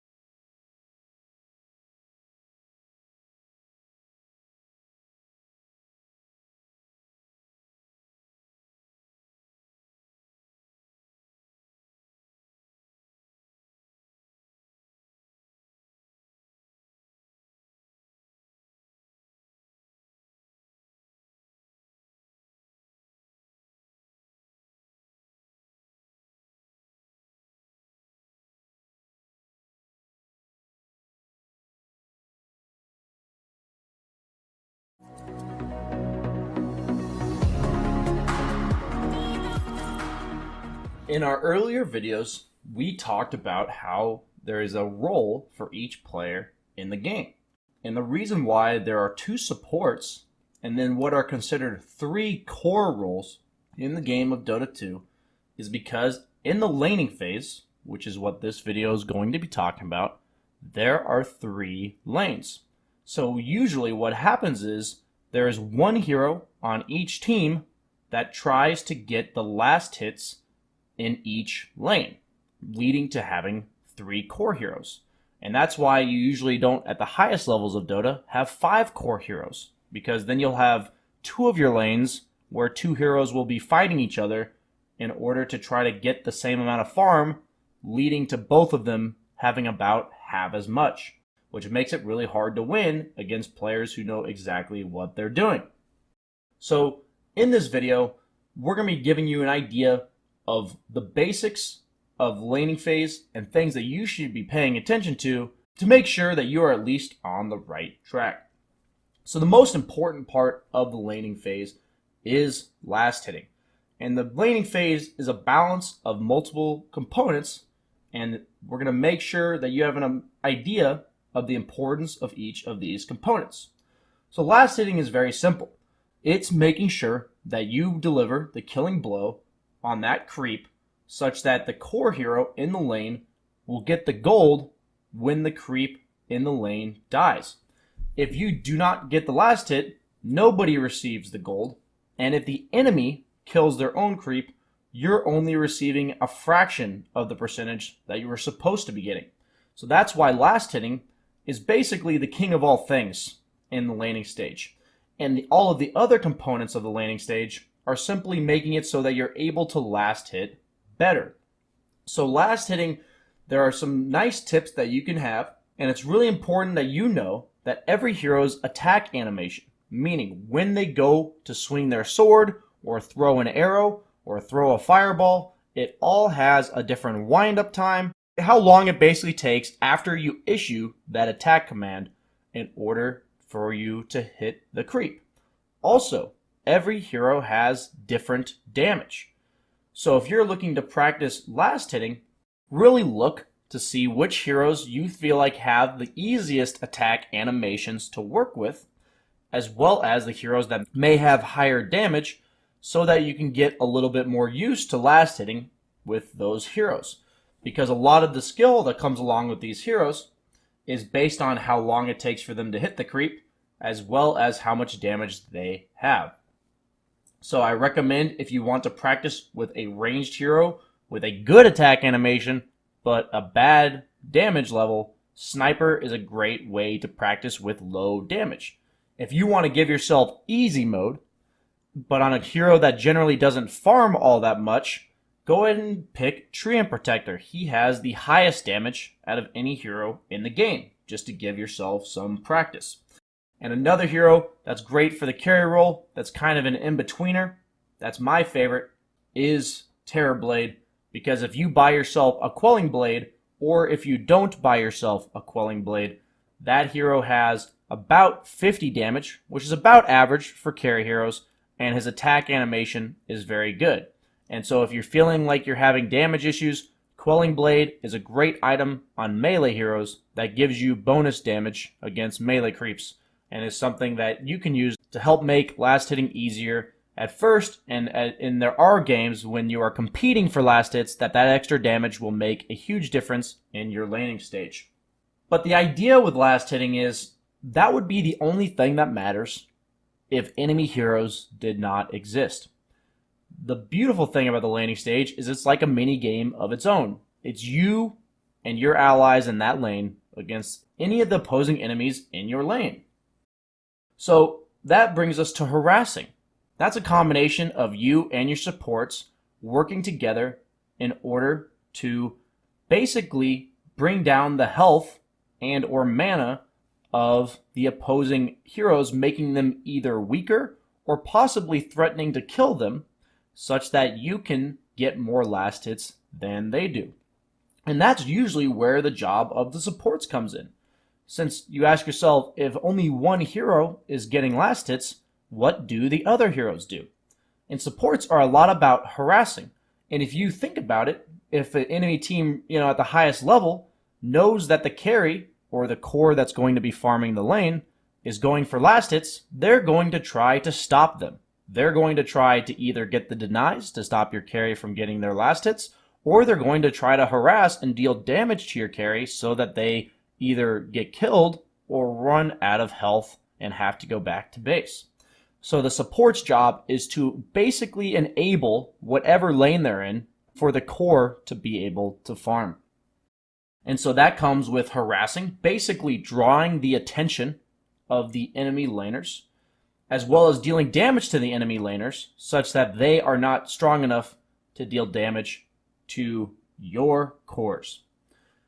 And lastly is zoning. So harassing and zoning are similar concepts, but zoning means that you're basically, as a support, especially in the early levels, standing between the enemy and your creep wave. You're basically playing defense mode, saying you're not allowed to go past me, but the thing is, as the game goes on and on, supports will get weaker in relativity to the cores. So this is something that primarily happens in the super early stages of the game and can also be done by the carry player once they have a level advantage with the help of the supports. So if the carry hero is level 5 at 5 minutes, when the offlaner is only level 3, then usually either the supports don't have to help zone anymore, or the carry can just do it on their own because they're that much stronger. The carry will be able to not only get the last hits and denies, but also look to harass or zone the opposing offlaner because they have enough advantage to do so. But that's why the supports are there at the beginning of the game, because basically any hero in the game will not have that level of advantage when both heroes are level 1. Your goal as a support is to make it so that your core hero is higher level and has more farm than the opposing core in that lane.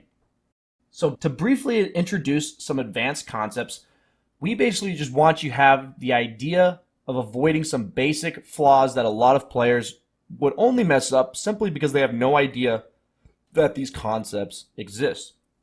So you may say, BSJ, why would you not want to just push the lane from the very get-go into the enemy tower such that you can try to kill their tower from minute 1?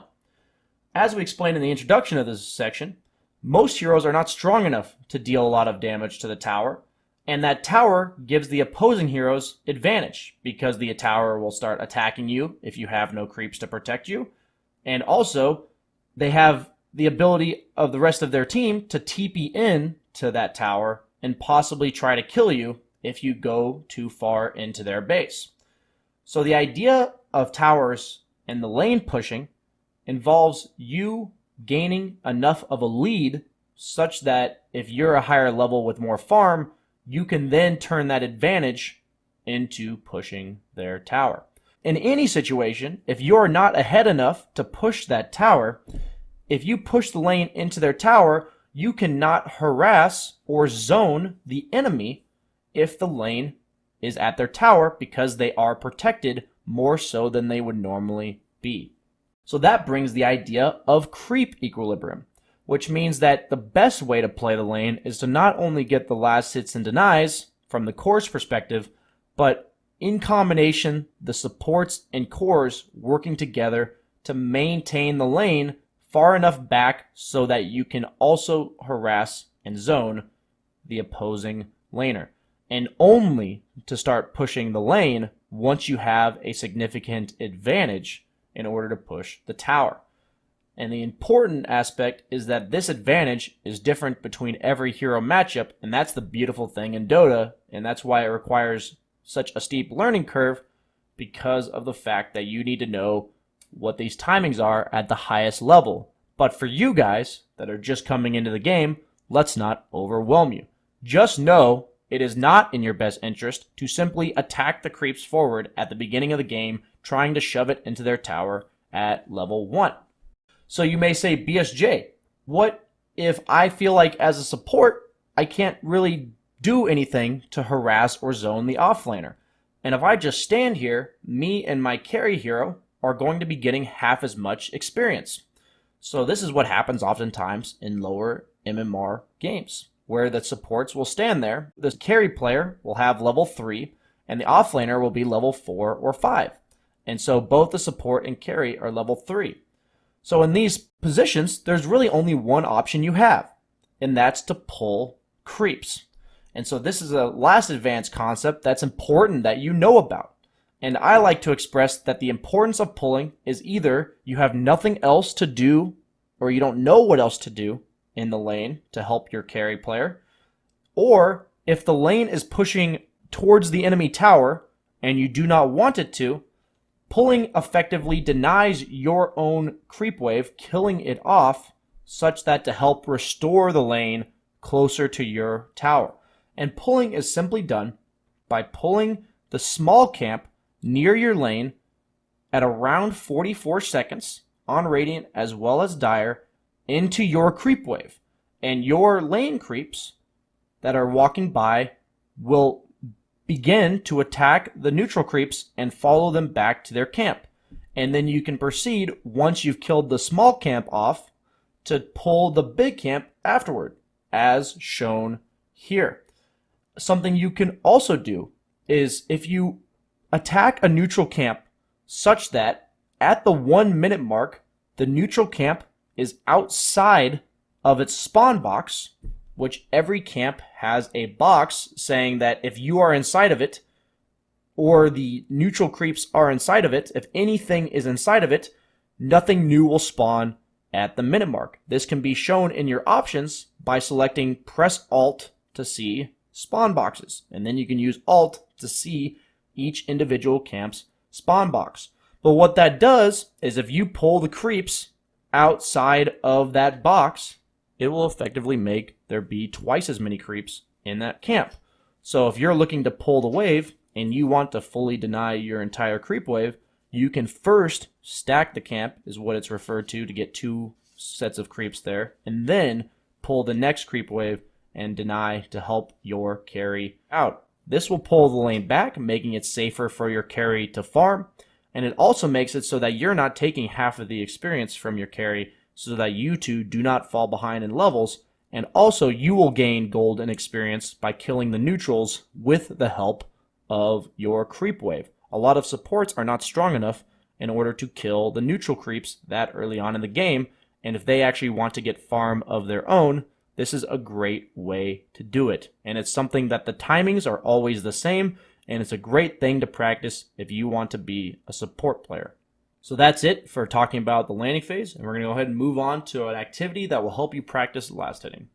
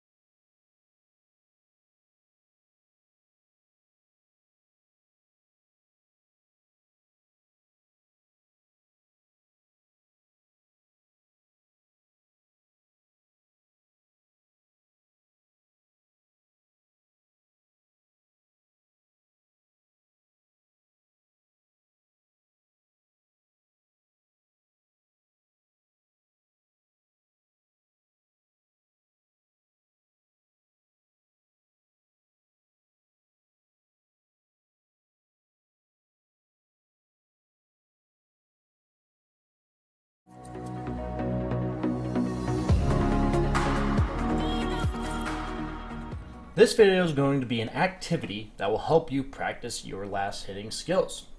And as we mentioned in the previous video about creep equilibrium, we'll also be briefly discussing some things that can help you conceptually in order to approach last hitting to maintain your creep equilibrium.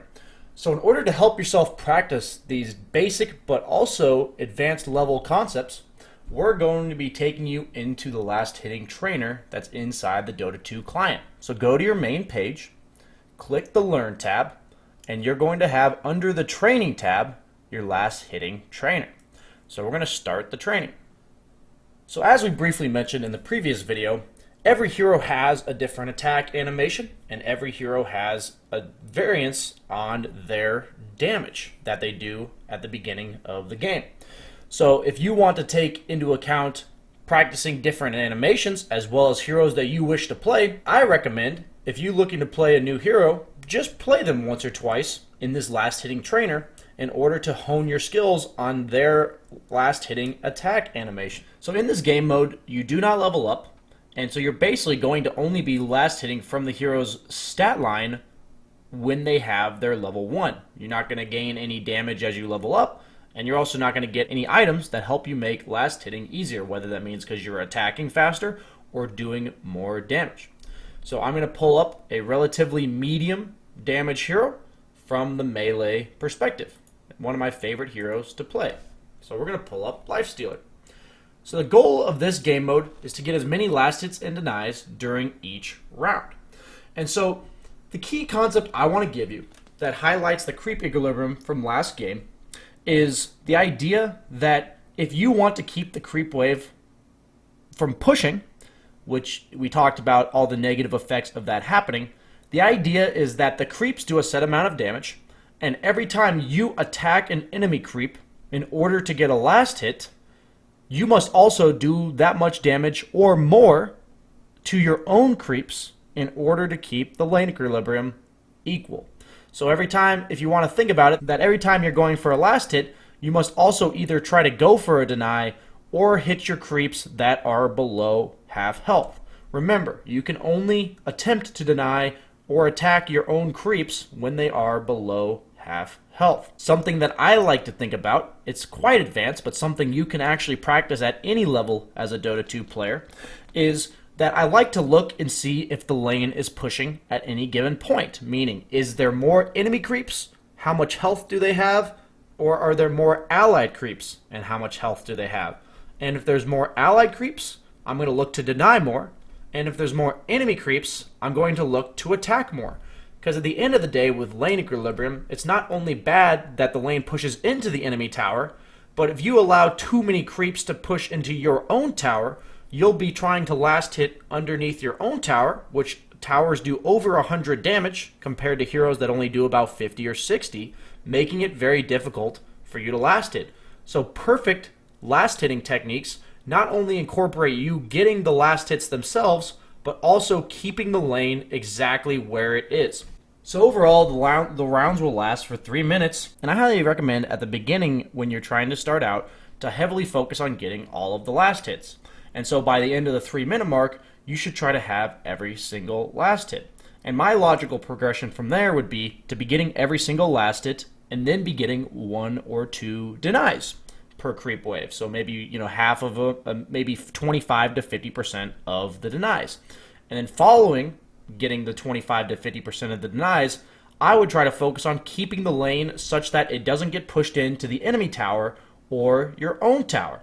And that's so that you can maintain the creep equilibrium. The idea is that when you're in the game and you're competing against enemy heroes, last hitting creeps, denying creeps, and maintaining the lane equilibrium becomes more and more difficult just because you're obviously dealing with the random factor of the human playing the game, as well as having to deal with all of the things that are incorporated with fighting enemy heroes.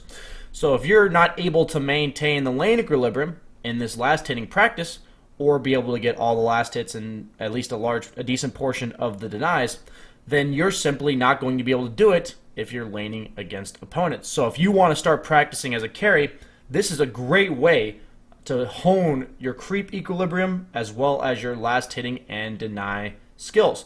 And it's something I highly recommend if you want to play a hero that's new to you, because like I have mentioned numerous times, every hero has different damage as well as different animations when they're attacking. So it's something that I think is one of the most important things to get used to when you're playing a newer hero. And I would hate for you to miss several or more last hits or denies in your first game of playing a hero simply because you don't understand or know what their attack animation and damage is like. So this is a great way to get a feeler out for your heroes, and it's a great way to hone your skills on each one individually.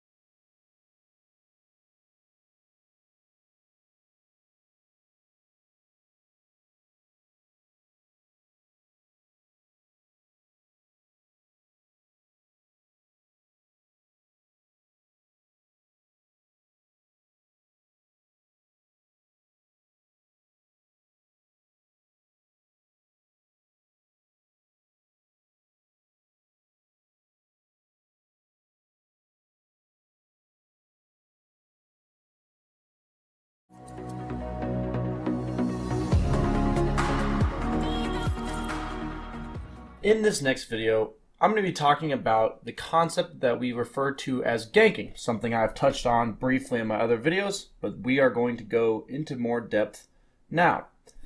The summary of this idea of ganking is basically bringing multiple heroes together into one lane to try to kill a specific enemy with a numbers advantage. So the reason why you do this, or the idea behind it, is that you value that kill more than you value farming on whatever heroes you bring to the gank. So generally, at an advanced level, conceptually, the idea is that you're usually concerned about the enemy farming faster than you do, based on how fast their heroes will farm, or oftentimes you can't take an objective, meaning a tower or Roshan, because that enemy hero is getting in your way.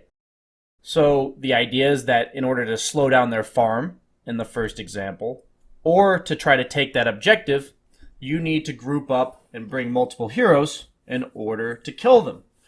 And the number of heroes that requires a gank is different in every single game. And that's a lot about understanding hero matchups, as well as how much damage you need, how many stuns you need. And so at a basic level, ganks generally require a stun, which will set up the ability to lock down that hero, and then follow up that stun with damage. So oftentimes you'll need an initiator, which is the stunner, and then you'll need follow-up damage with another hero. And there are heroes in the game that can do both with a certain amount of items as the game goes on, but generally, the earlier you are in the game, the more heroes it will require in order to gank successfully. And that's simply because most heroes in the early game are not strong enough to solo kill enemy heroes. But as you get more and more items and more levels, that may become possible as the game goes on. So usually ganks are initiated by the offlaner or one of the two supports. And that's why it's super important that in most games between these three roles that you have some form of initiation.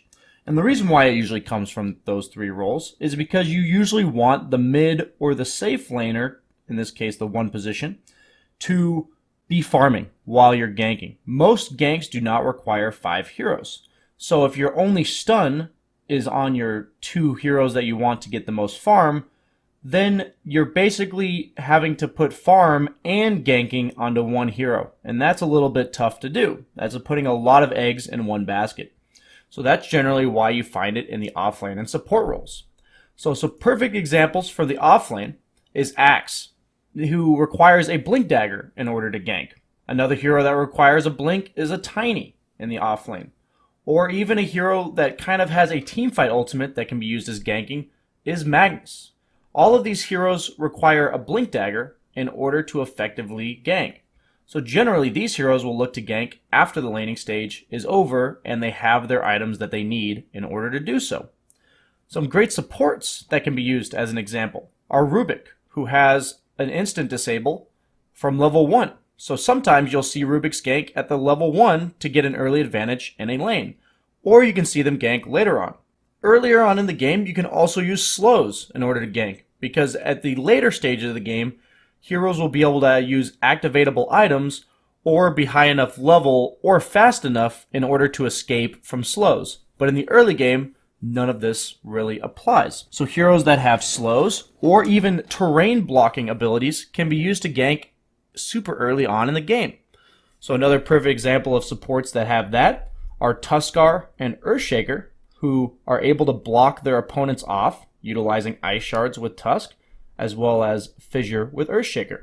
Some perfect examples of slows that can be used for ganking are heroes like Ogre Magi, with his second ability being Ignite, or a hero like Winter Wyvern, whose first ability will slow down the enemy target and do damage. So like we said, a lot of heroes in the game have stuns or damage. There are a few exceptions, but mainly you need to pair these stuns with damage. So oftentimes you look for one support to have the stuns and the other support to have some semblance of damage. So a great example of a hero that does a lot of damage but has very little lockdown on his own is Ancient Apparition, who has an ability that gives all of his heroes damage on their auto attacks, which is a lot at level 1. So if you pair him with another hero, he works really well ganking super early on, or even once he gets level 6, his ultimate supplies a lot of burst damage. But if no one sets up his ultimate is a skill shot, and it makes it very difficult to hit it. So this is an example of a hero that wants to be the damage aspect of a gank. And so from the carry position, when you're looking at ganks, you're usually the damage. So great ganking carry heroes are heroes like Ursa, who does a lot of physical damage. You can do a hero like Luna, who doesn't gank very often, but with her ultimate does a lot of damage and can look to gank when it's off cooldown.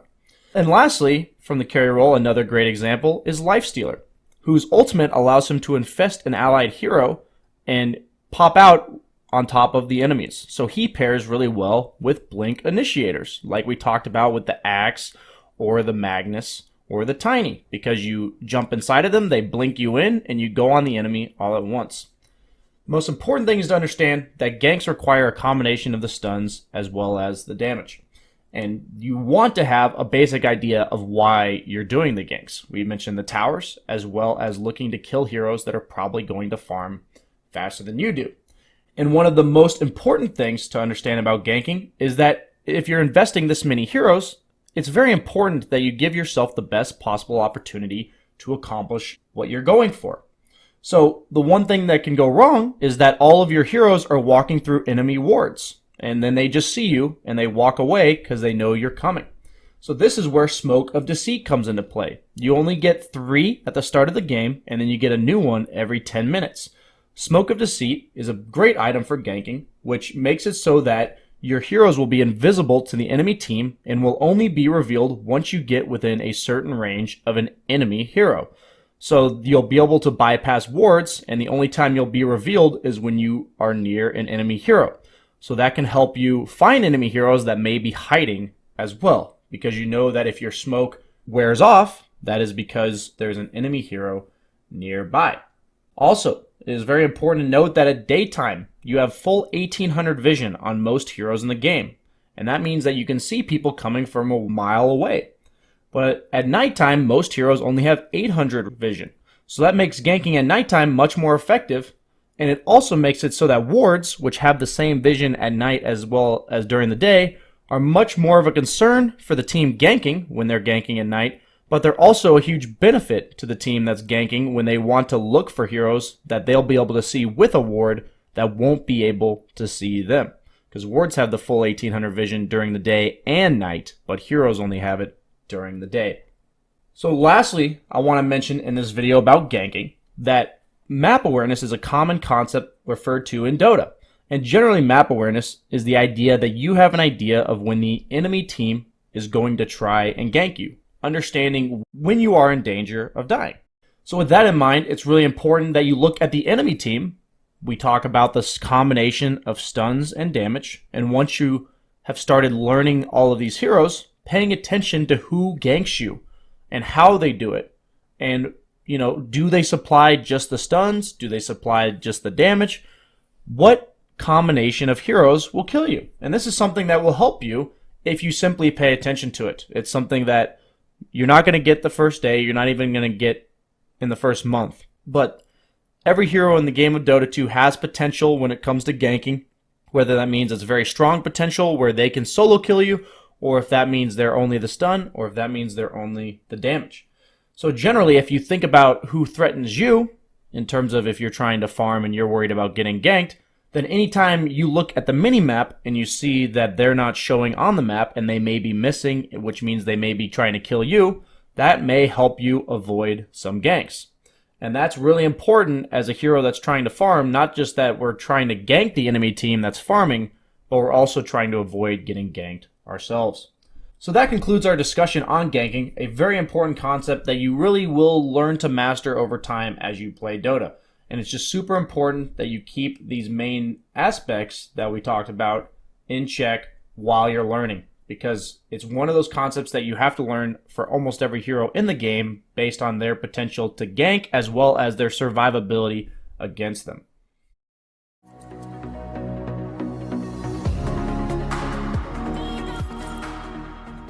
The next subject that we're going to begin to talk about is team fighting. So team fight is something that becomes more and more prevalent as the game goes on. And this is because both teams are generally having points where they become much stronger, whether that means they hit a certain level or certain items on certain heroes, making them want to try to take objectives and maybe force the enemy team to try to fight them. This is something that becomes much more organized as you go to the higher levels of Dota, but may be quite chaotic when you're just starting out, because a lot of team fighting is really understanding the game, wanting to know what you want to do objectively, and exactly understanding what the hero's job is in fights. So that's what we're going to try to teach you today, is trying to gain a basic understanding of how you should approach team fighting. So the first step is to know the necessities that your team must have in order to team fight. Basically, one of the biggest ones is that if you have no disables, meaning stuns to keep the enemies in place, it is very difficult to take team fights because you have no way of initiating onto the enemy team. And anytime they see you, they can simply walk away if they don't want to fight. So if you have some sort of advantage and they can just walk away from you at any point that they want to, then that's the reason why stuns are so important for starting team fights. A lot of the heroes that we talked about in the ganking section also are useful in team fighting. Usually strong team fighting heroes are ones that have area of effect stuns, meaning that they stun multiple heroes and allow for the rest of their team to come in and follow them up with damage. So the classic example in Dota is Tidehunter, with one of the most famous ultimates in the terms of Ravage, which is a large area of effect stun that, if landed on multiple heroes, can usually lead to winning an entire team fight. And another one is Enigma with Black Hole, who, when channeling his Black Hole, if he does not get stunned himself, will basically secure the kills on any enemy heroes that are locked inside of it.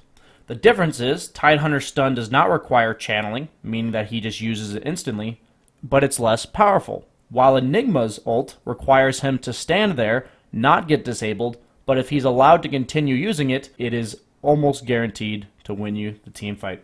Usually these massive impact team fight abilities are on a longer cooldown, and that's part of balancing in Dota 2. So a lot of the idea of understanding when you want to team fight, we mentioned when you hit a certain level or if your ability's on cooldown. So it's really important that if you want to take team fights, that you make sure you have the heroes that have this area of effect control in order to take the team fights, but also that their abilities that do that, the stuns that they do possess, are off cooldown and available for use. And something you'll see a lot in the lower stages of Dota is players being impatient or simply taking fights when their abilities are still on cooldown, so their heroes are simply weaker than they would be when their cooldowns are up. What's important to consider, just like we talked about in the ganking section, when it comes to surviving the enemy ganks, is another key role in team fighting is saving your teammates. There are certain supports as well as cores that offer the ability to save their teammates. A perfect example is Dazzle, that has Shallow Grave, that makes it so that when he casts Shallow Grave on one of his teammates, they cannot die for the next 5 seconds. A perfect example of a great combination is Dazzle Terrorblade. Terrorblade's ultimate makes it so that he swaps HP with an ally hero or an enemy hero. So if you Dazzle Shallow Grave him before he dies, he'll have 5 seconds at no health to swap an enemy hero for health, putting him back to full and taking one of the enemy heroes down to very low health. So this is an example of a hero that saves another hero and can be used as a powerful combination. And there's a lot of combinations like that that exist in Dota, and a lot of them apply to ganking or team fights. And so it's really cool if you watch professional Dota or you just start to pay attention to these combination of heroes. There's also heroes that counter the initiation of other heroes by default. And what I mean by that is that if Enigma blinks in with BKB, which means he's immune to most spells, and black holes your entire team, one support named Silencer, who casts Global Silence, which stops all abilities of the enemy team and silences them, basically cancels the black hole from anywhere on the map. So Silencer is a great counter to Enigma because he disables Enigma from being able to use his black hole whenever Silencer has his ult. So that's a perfect example of when you begin to understand these counters as well as these synergies of what your role in the team fight will be. Are you the person that's supposed to initiate first? Are you the person that's supposed to go in right after one of your teammates does? Are you the person that's supposed to go on the same target as your initiator? Or are you supposed to allow your initiator to go on one of their important heroes while you distract the supports in the back? For instance, if you are against the Dazzle Terrorblade, if everyone goes on the Terrorblade, then the Terrorblade will get shallow graved and they'll be able to turn the fight. So not only would you have to initiate onto the Terrorblade, but you need one hero at least to distract the Dazzle or disable him so that he cannot save the Terrorblade. Understanding team fighting and ability usage as well as your positioning is all about getting an idea of what's going to happen once you start the fight, or how, even thinking about how you're going to start the fight. So while these concepts can be relatively advanced, for you new players out there, it can be something that you simply pay attention to and try to learn as you grow your understanding of Dota. And it's one of the best parts. We all love the flashy team fights. This is when all the highlight reels come into play and all the big plays that you see on Reddit or you see in the highlights of professional matches. Most of them come from team fights. And team fights are basically the summation of the laning stage as well as everything that's happened afterwards, combining all of your resources together to fight theirs. And that's why it's super important that you understand what items make you super powerful. Do you need a BKB in order to fight? Do you need damage? Do you need that blink dagger? What items do you need in order to take these team fights? And so if you know what your role is, e.g. the initiator, the damage, or the save, then you will know, at least to some degree, where you should be in the team fight. If you're this Dazzle with the Terrorblade, you should make sure that the Terrorblade's always in front of you. Because if you're in front of the Terrorblade, they'll simply go on you and kill you, and then you won't be able to save your Terrorblade. So with all this being said about team fights, make sure when you go into a game that at least at a basic level, try to understand what your hero's job is supposed to be in team fights. Oftentimes, by clicking on a hero's tab, you can be told whether or not they're initiator or they're carry or what their role is, and at a basic level in team fights. And so if you have an idea of what you're supposed to do in the team fight, that's how you're going to execute team fights to the best of your capabilities. Most mistakes that occur in team fights is simply lack of understanding or not thinking ahead of time what you're supposed to do. If you realize you're the one that's supposed to initiate, when you see the opportunity in order to initiate, you will take it. But if you did not know that was your job, you will miss important windows. And that's why we want you to focus on team fighting as understanding or learning to understand over time what your job is, as well as what part you play in the overall game plan of your team winning the fight.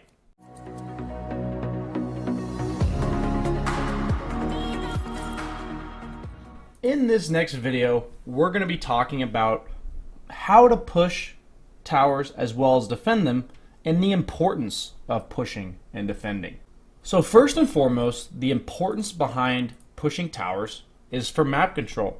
The reason why you push towers is because they allow you to defend your own teammates, meaning that if your teammates are farming near a tower and they get initiated onto, you'll be able to teleport to that tower.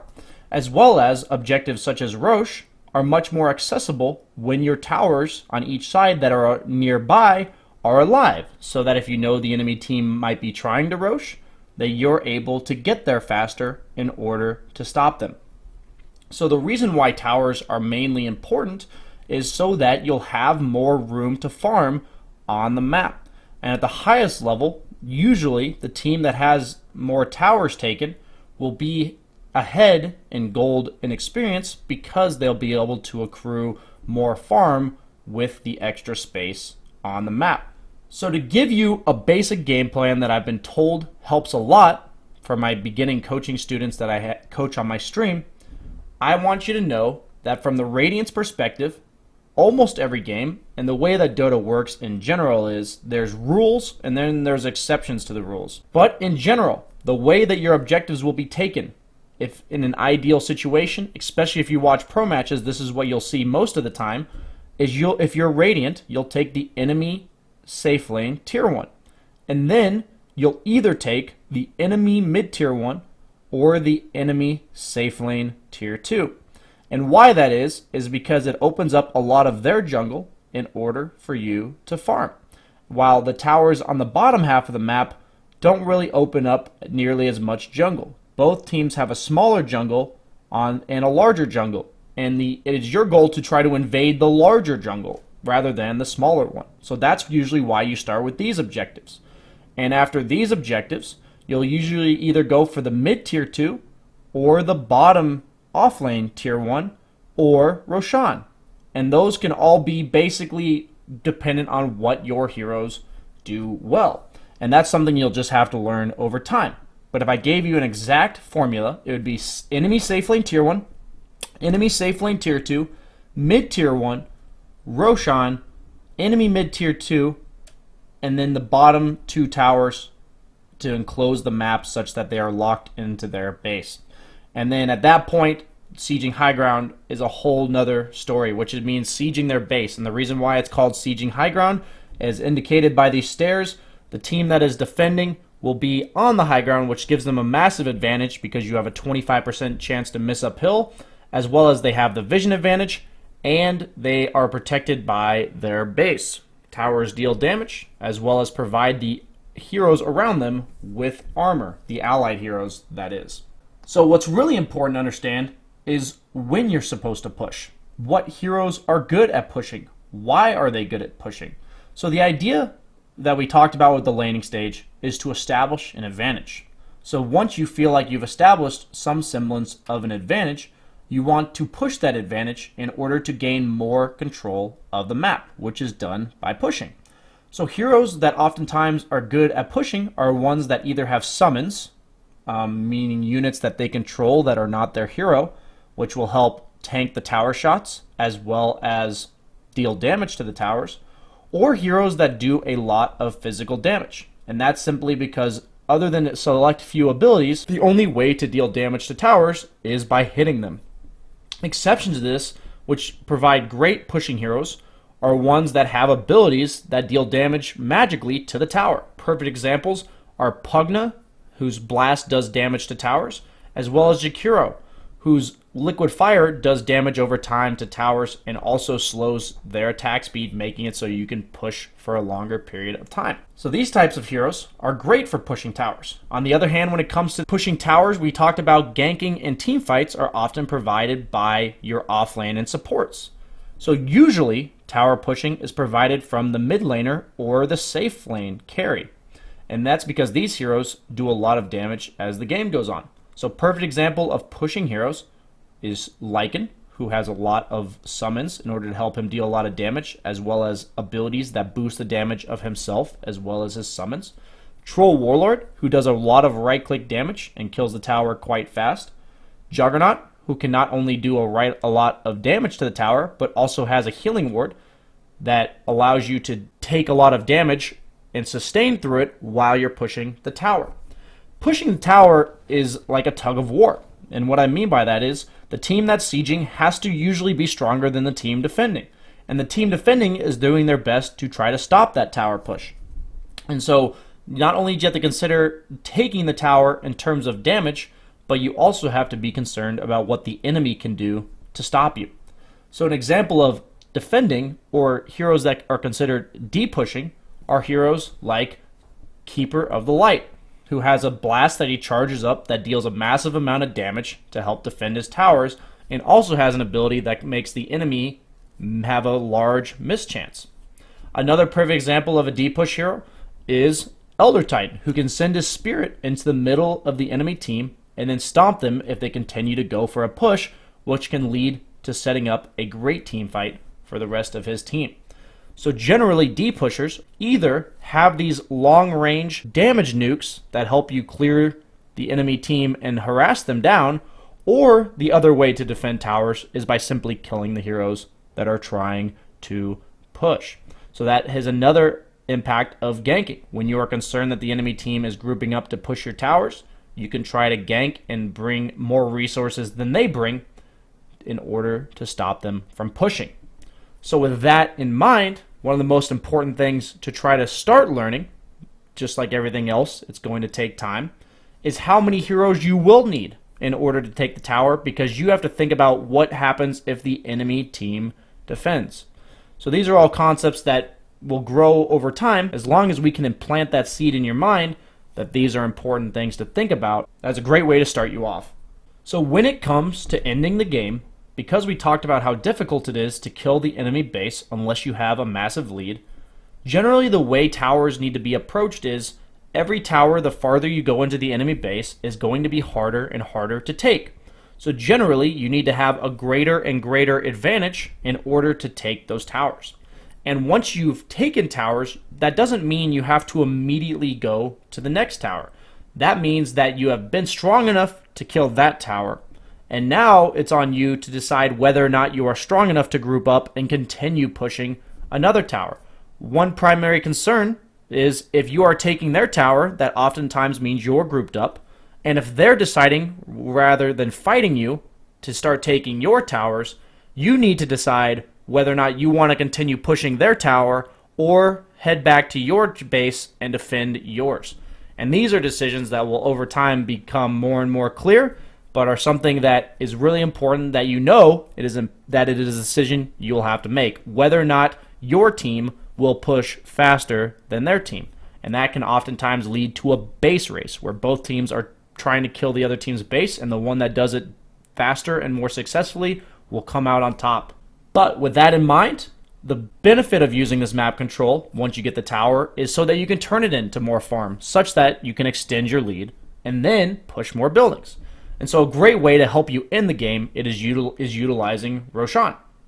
And that will be something we discuss in our next video, which will talk exactly about what that does for you. But having that second life from Roshan on the hero that will help you kill the enemy base is really important to make it so it's that much safer for you to go push their base. So when you're thinking about pushing their base and you want to give a hero a second life from Roshan, it's super important that most times that second life will go on the hero that is responsible for killing the buildings so that they can be safe while they are killing them. So after this, we'll be doing immediately a tower pushing activity, and then from there we will continue to explain Roshan in more depth.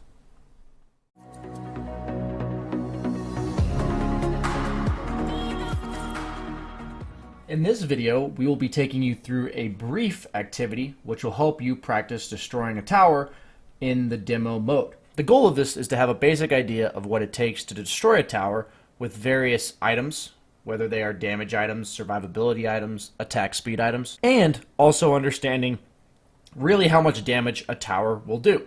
So it's highly encouraged that when going through this activity, you not only check how long it takes you to kill the tower based on how many items you deal with damage, but also based on what level you are, understanding exactly how much damage this tower will do to you. Because towers dealing damage to you is one of the main concerns when you are looking to push a tower. So I personally will take a pushing hero into the lobby, which is Lycan, and I will go ahead and enter and try to practice what items this hero may build and what levels I know he can kill the tower. So a level 1 hero, when walking into tower range and attempting to deal damage, will not be able to tank very many tower hits without dying. But once I've leveled up to max level, for instance, and I have a few armor items which help protect me from the tower, as well as some regen items, suddenly it becomes not so hard in order to kill this tower. Also, a hero like Lycan has wolves, which help him kill the tower faster. Heroes actually do reduced damage to towers, while summoned units will do much more on average. Notice how I'm doing 64, while the wolves are doing 27, and these only hit for 68, while I hit for 225. So your hero damage is reduced on towers, so any heroes with summons will deal more damage. And so you can get a nice feel for this by testing out random heroes in demo mode, and it'll give you a good idea of whether or not a hero is good at pushing towers, and also what items may help you push towers.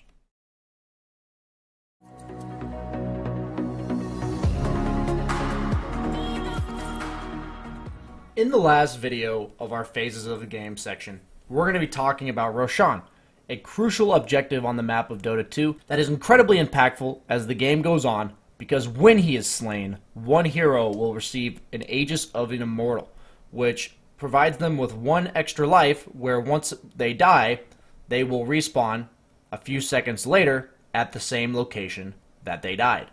This extra life makes it much safer to push enemy objectives, especially when you're looking to kill their base, because if the enemy has any major spells or long cooldowns that they rely on in order to kill you, if they expend them on you the first time, then you will simply come back to life. So it makes it much safer for you and much more difficult for the enemy team. And this can apply to taking any objectives from the enemy team, but most notably, Roshan is an important aspect of the game of Dota 2 in terms of balancing for the team that has control of the map to help them end the game. If you are keeping the enemy team in their base and they're trying to turtle without you being able to push into their base, Roshan is one of the most crucial elements in order to ending the game. So basically, Roshan is an important objective to consider at any stage of the game. Most heroes that are very good at killing Roshan are also very good at killing towers. An exception being, in this case, Ursa. And the reason why heroes that are good at killing towers are also good at killing Roshan is because Roshan has a relatively large HP pool that gains HP as the game goes on. It becomes harder and harder to kill him as the game goes on. And the primary way to kill him, since he has very high magic damage resistance, he's very resistant to magic damage spells, is to kill him with auto attacks, or otherwise known as physical damage, which is the exact same way that you try to kill towers. So like I said, most heroes that are good at killing towers will also be good at killing Roshan. So Ursa being the most notable with his third ability called Fury Swipes, which makes it so every time you attack a specific enemy unit, the next attack will deal more damage, and that keeps adding on itself, and that works with Roshan. So as you see, if I attack Roshan with Ursa, he will simply take a lot of damage, and every attack, as you see, the damage number over his head will deal more and more damage.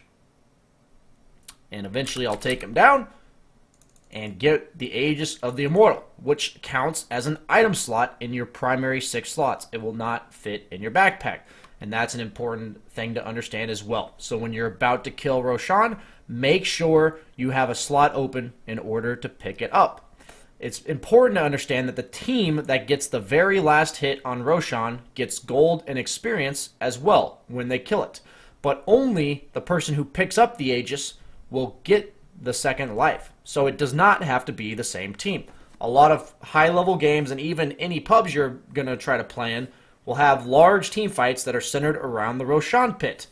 And so it's super important that you understand that you can't let the enemy team try to take the Aegis as you are killing Roshan. A lot of heroes that have long-range initiation stuns or any way to get into the pit from outside of it, other than walking in through its main entrance right here, are considered very good at contesting Roshan's because of the ability to take the Aegis once the other team is about to kill it.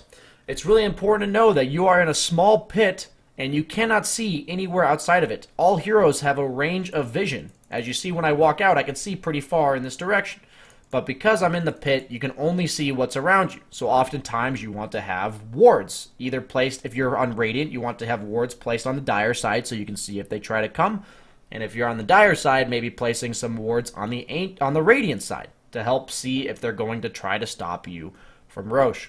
Rosh is an objective that puts you in an incredibly vulnerable position in order to take it.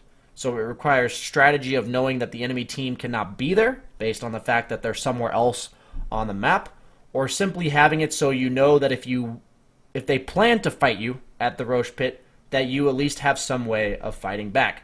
Heroes that are often good at taking Roshan will have some form of lifesteal in order to sustain their health, because Roshan will do a lot of damage to you, and his damage numbers go up over the course of the game.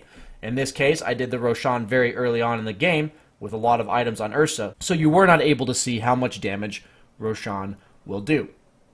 Because Roshan is primarily killed with physical damage, a lot of heroes that can be considered assistants on taking Roshan are supports such as Slardar, who has an ultimate that minimizes the armor of an opponent, which also counts for Roshan. So it makes you, as well as the rest of your team, do a lot more damage.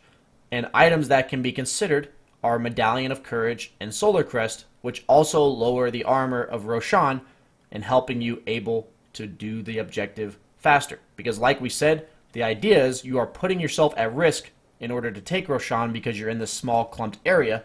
And so it's really important that you try to do it as fast as possible, as safely as possible. And so if you're the team that is concerned about the enemy team pushing your base, you can always try to look to sneak Roshan in order to deny it from the enemy team, or you can always look to try to stop them from doing it when you think they are trying to do it. So like we said, you can't see outside of the Roshan pit when you are in the pit, and you also can't see inside of it. And so lastly, you cannot place any wards inside the Roshan pit.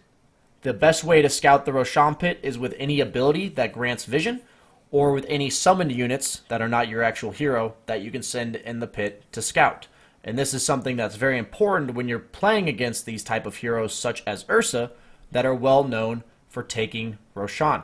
And at the higher levels you go, these are concerns that when the enemy team knows that your hero is good at taking Roshan, they will make sure they try to stop you from doing it at all costs. And it's something important to know about your hero at any role, that if your hero is good at taking Roshan, when you see an opportunity to do so, that you try to take advantage of that. Roshan is yet another objective in the game of Dota 2 that either helps you kill the enemy base or gives you that extra life for 5 minutes. And once that 5 minutes is up, and you'll see here in a second, the Aegis is going to expire. You'll gain all of your health and mana back, and then Roshan will respawn sometime 8 to 11 minutes after the time that you killed Roshan. So say you killed Roshan at 5 minutes. When you pick the Aegis up, it'll expire at 10 minutes, and then Roshan will spawn somewhere between 13 and 16 minutes. And that randomness is in order to make it so you can't just plan around taking Roshan after Roshan after Roshan, and it makes it easier for the team that's behind to contest it because you have to protect it as the team that's ahead for that entire 3 minutes.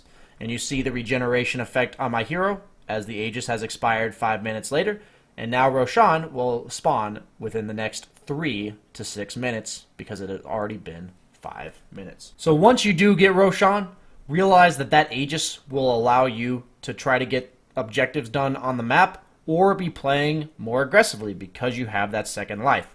But it's also very important to realize that if you get caught alone, you will respawn in the exact place that you died. So it's really important that if you have an Aegis, that if you're scared of dying once, that as long as you have your teammates around you, then that's okay. But if you are all by yourself, you will die twice, losing the Aegis, and your team won't be able to help you.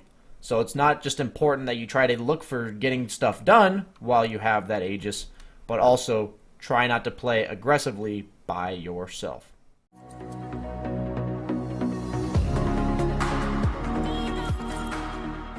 We now arrive at Section 5 of the introductory course for Dota 2, which is all about putting into practice what we have learned.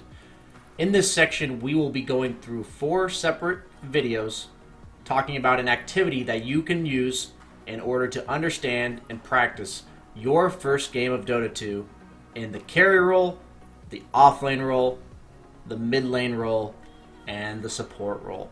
And our goal for you is that you understand at the very basic level what your objectives and things you can work on in each individual role, as well as maybe find what each individual role feels like for you and maybe which one you identify with the best. And we're going to hope that you take a specific role to heart and that you can take that as your opportunity to work on that specific role as you grow as a Dota 2 player. And in this section, we'll be giving you specific methods that you can be using in each individual role that will help you focus on key ways that you're able to improve, as well as allowing you to practice key mechanics that you will utilize in order to improve over time. Dota 2 is a fundamental game that has a lot of habit forming and muscle memory techniques that allow you to get better at the game one step at a time. And that's our goal for anyone trying to get into Dota 2, is to take a somewhat methodical approach such that you do not find yourself lost in such a complicated but beautiful game. So let's go ahead and continue on with our practice section of this course.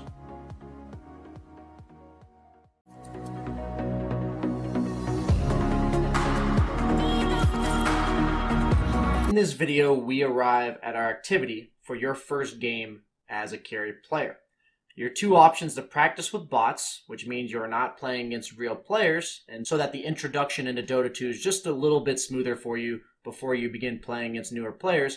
Your two options are to click practice with bots, which you can choose the difficulty, and you'll be playing with your friends or with random people that you can meet with online, that you'll be playing with your real life team of 5 against a group of bots. Your other option is to create a lobby in which you can go to the options and you can select fill empty slots with bots, where you will simply play by yourself with as many allies as you so choose, where they are bots, and you can have bots filled on the other team, giving yourself either advantage based on how strong the bots are on your team if you choose to be on Radiant, and then how strong the bots will be on the enemy team. So we go and put the bots on each team where we fill in the slots. Then when we start this game, we will be able to have bots filled on each team.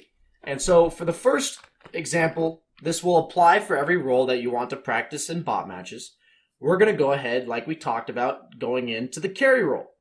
So the examples of great carries to start off with that are simple in terms of pushing their buttons correctly, they have ways that help them farm faster, and they also do a lot of damage. Are these heroes that we recommend you start with are Juggernaut, Sven, Luna, Clinks, and Drow Ranger. And Juggernaut, being one of my favorite heroes in all of Dota 2 to play, even to this day, is going to be the hero I demonstrate for you in this video activity. And we're going to be talking about crucial things that you can do in order to make sure you have the basic fundamentals of what you know you're supposed to work on and you can get better at before you begin to play against real players, such that you don't feel completely lost when you get there.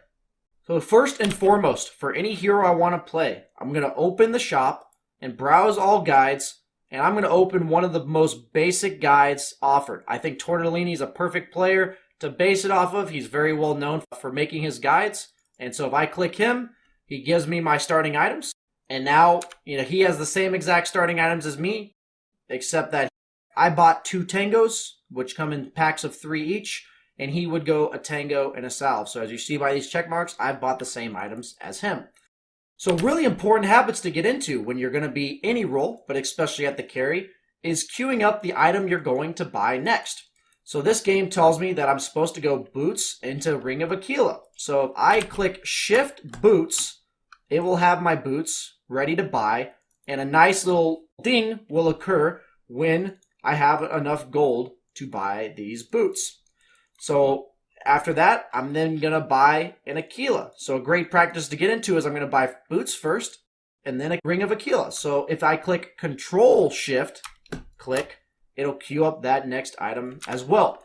One of the most important skills as a beginner level carry in Dota, and it applies for all the way up until pro level, is to make sure when you have enough gold to buy items that you spend your gold in order to buy those items.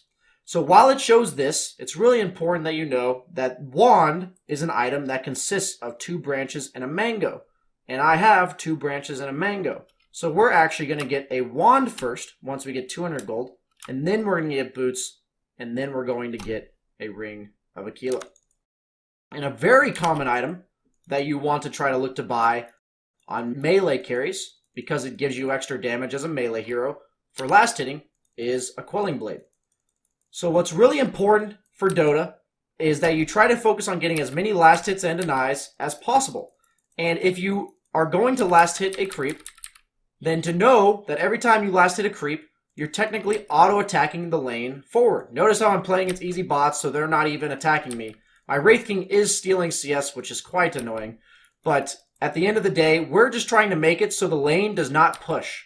And that's our goal. Notice how I've been spending a lot of time attacking my own creeps. I get the last hit there. And once I get 200 gold, you'll see the item in my quick buy low. So see how I have 200 gold for my wand? I'm going to go buy it at the shop now that I have 200 gold. A great habit to get in the second you have gold to go buy item from the shop. Something that even experienced players sometimes do not do. It's a great fundamental to get in the habit of. And practicing your last hitting. And this is something where you just have to get used to the animation of each hero. Every hero does different damage, which you can check here. And every hero has a different way of attacking, which you can get used to. Every hero's duration that it takes between the time that you click to attack and the time that they actually attack is different. So notice how that the bot tried to go for the last hit and I got the deny. Every time you get a deny, there will be an exclamation point. So if you're dealing with bots that are trying to steal your CS, it's really nice if you buy that Quelling Blade for the extra damage. So notice how I hit for 54 with my actual hero. But if I buy that Quelling Blade, I'll now hit for an extra 24. That's what the Quelling Blade does for me. So notice when it says I hit the creep, I do 70 damage. And the reason why I don't do 78, 54 plus 24, is because creeps have a bit of armor that makes them take a little bit less damage than what it says. Notice if I click on the creep, it has 2 armor. So these are important things to work on. What you're going to notice is that the creep equilibrium, which means where it's pushing or if it's pulling back towards me, meaning that if they have more creeps, it's going to push into your tower. And if you have more creeps, it's going to push into your tower. And one of the best habits you can get in as any carry hero is to make it so you try to keep the lane exactly where it started. It's a great practice to have because lane equilibrium is one of the most important skills that you can develop in the carry role. So notice that I've been spending this entire time trying to keep the lane where it is. Notice how it's slightly pushing into me now because there's more enemy creeps. That's what it means to have it push against you. If there's more enemy creeps, notice how if I do nothing, attack nothing, all of my creeps are dying before theirs. So in order to fight that, I have to hit it back. I have to start spending a lot of time hitting these creeps in order to make it not go underneath my tower. Because if I try to last hit under tower, which we'll show you in a second here, it just becomes increasingly difficult. You only hit for 80 damage, Quelling Blade plus my 56. My tower hits for 110. So that makes it very difficult in order to get the last hit because I'm competing with a tower that hits for more damage than I do, which we'll show here. So we'll let the creeps go into tower range. And notice how now this creep's taking a lot of damage from tower. And that's a whole nother skill in of itself, is last hitting while under tower. It's a very difficult skill that it takes a lot of time to practice. And that's getting a feel for how much damage the creeps do, how much damage the tower does, and really paying attention to how much damage each hero you're playing does. So notice these melee creeps hit for 21. Range creeps actually hit for 35.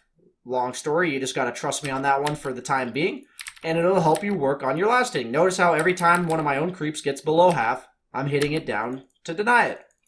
And that's going to help you make it so that the lane does not push into the enemy's side of the map. So great things to think about as a carry is getting denies makes it so you're going to gain an experience advantage. Getting last hits makes it so you're going to gain a gold advantage. So you want to try to get as many last hits and denies compared to the opponent as you possibly can. And once you've established an advantage, you can utilize that advantage in order to use items, which we're going to go ahead and go back to base real quick just to get some items. You have cheats on, you can make it so you teleport to base. I'm just showing you because I forgot to buy myself a courier, which we'll go ahead and do. We'll sell our items, get ourselves a courier real quick. Oh, one of my teammates bought a courier. And he didn't use it. Okay, ignore that part. So we're not going to buy a courier. So I TP'd back to base because we don't have a courier. So we're going to come back to lane with our item. So this item, which it told us to buy, gives me 10 damage, 9 agility, which for an agility hero gives me 9 damage as well. So I have 19 damage. And then strength and intelligence give me a little bit of mana and a little bit of health. And then it says that I have a passive, which gives me mana regen, as well as armor on all of my allies nearby in this circle that it's showing. So if I choose to turn it on, it says deactivate to stop from affecting non-hero units. So if I leave my Aquila on, it's going to push the lane because my creeps will gain 2 armor. But if I leave it off, then my creeps... So notice how if I turn it on, my creep has the aura. And if you I'll show you being within range of these creeps. It has the aura. But if I turn it off, it does not have the aura. So Aquila is a great item for helping you to push an advantage into taking a tower because it makes your creeps live longer. So I'll show you here in this case that a great fundamental is if you ever want to push the tower, Ring of Aquila is a great item to buy. Also, catapults do a lot of damage to towers. Catapults spawn every 5 minutes. Notice how it's 6 minutes into the game when these catapults are already here. So catapults doing a lot of damage to towers are a great way to help you kill towers.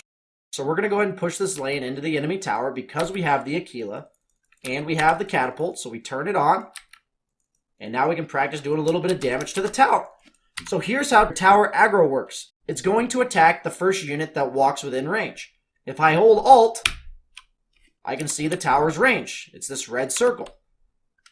So the first unit that walks in is going to start taking damage. If that's you, the only way that you can stop it from attacking you is either by walking outside of its range or by A-clicking one of your own units. You don't have to actually deny or attack your own unit.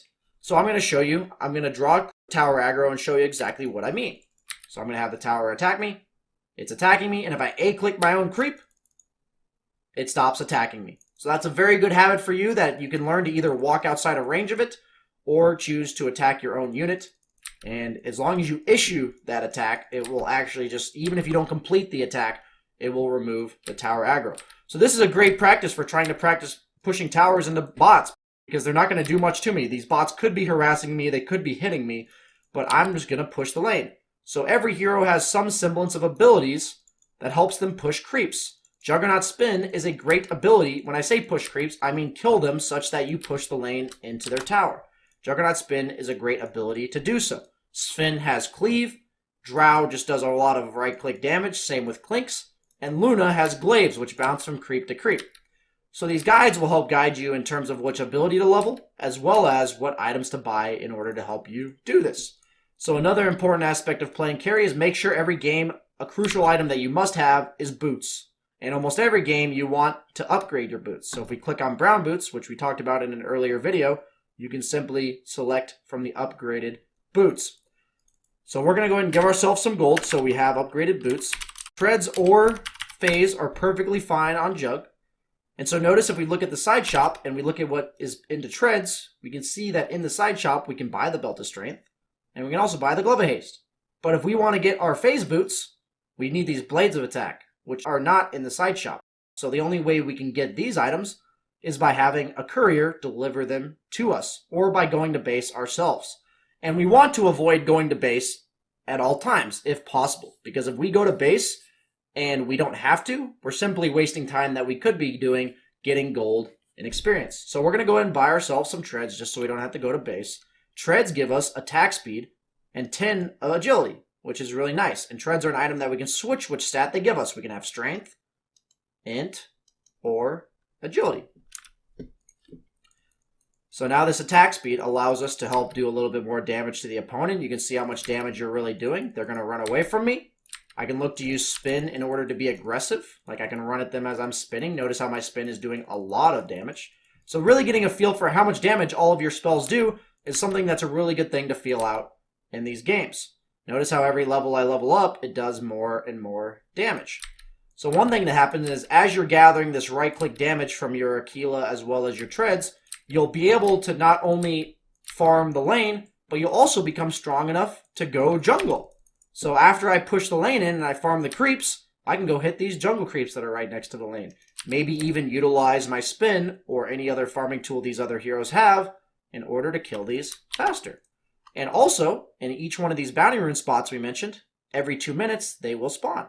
So this is another way to get more gold. So if I'm busy with the lane, I can go clear the lane and go look to do other objectives. And this is something you can look to do sometime between 8 minutes or so, or somewhere after 8 minutes, because you will have enough items to push the lane fast enough. Notice how I'm killing it faster to go do that, and then go pick up these bounty runes and go farm jungle camps in between. And that's how over time you'll accelerate your farm more and more. And that's why it's super important that you buy your items as soon as possible. So the ideas with carries is you want to buy items in the early game that accelerate your farm. And then you want to turn these items into more farm, which then give you the ability to kill heroes as well as basically carry the game. You're doing the most damage, you're having the most health, and you're going to be the one that kills buildings as well as heroes. So that is your role as the carry hero. So on Jug, for instance, a very common item is Battle Fury, which makes it so that I'm just going to buy it for you. Gold a lot so we can have the Battle Fury. So if you read the description, it says that a passive, it increases attack damage by 60% against creeps. Also, it deals 40% of our attack damage in a cone around it. So what it does is, before we were a hero that only kills one creep at a time. But now that we have a Battle Fury, we can kill multiple creeps at a time. Notice how they're taking damage even though I'm not hitting them directly. That's what cleave is. And Sven has this by default. So that makes him a flash farmer, or a hero that farms very fast from the start of the game, because one of his abilities basically gives him a free Battle Fury. And so with a hero like Jug, who can only kill one creep at a time, he can utilize buying a Battle Fury in order to accelerate his farm. But as the game goes on, you may look to buy items such as Sange and Yasha, which gives you damage, attack speed, and movement speed in order to move faster around the map, deal more damage, and look to kill people. So notice how I'm just going to go back to base in order to buy this item. Going to buy my item. You can fool around with how much gold you give yourself by typing -gold and then exactly how much you want to give yourself. And if you ever want to level up, you just say level up like this, and 5. We level up 5 times. We can practice leveling our talents as well as seeing how much damage our ultimate does. So with Jug, we'll just quickly teleport to top to show you his ultimate. And we can walk at these bots and push R. And we're going to jump at them, killing them all. Obviously, we've given ourselves extra levels and extra farm, so we're a lot stronger than bots. And this is a great way to see what happens when you have a massive advantage on the enemy team. So your goal is to turn this advantage from the early stage of the laning into farming more between the jungle as well as the lane. Always remember, though, the lane gives more gold for how much time it takes to kill it. So if there's ever a lane that's available for you to farm, you should try to farm that first. And then turning that into tower pushes, because now we're strong enough to push. And our second ability gives us a heal. So we can sustain through this tower doing damage to us. This is why Jug is a good tower taker. Not only does he do a lot of right-click damage to kill the tower, but he also has a healing word which lets him tank the tower as he's trying to push it. So the goal is to get as many last hits and denies as possible in the early stages, then turn that into farming the lanes and jungle, then taking towers, then killing heroes, and making these timings be accelerated every single game. Because the skill that is involved in Dota is a skill that basically everyone starts the game from the same position, and it's a race to see who gets their resources faster than the other team, who gets more last hits, who gets more gold, who gets more experience, who gets their items sooner than the other team. And once you have these items and levels, you want to look to kill buildings as well as heroes.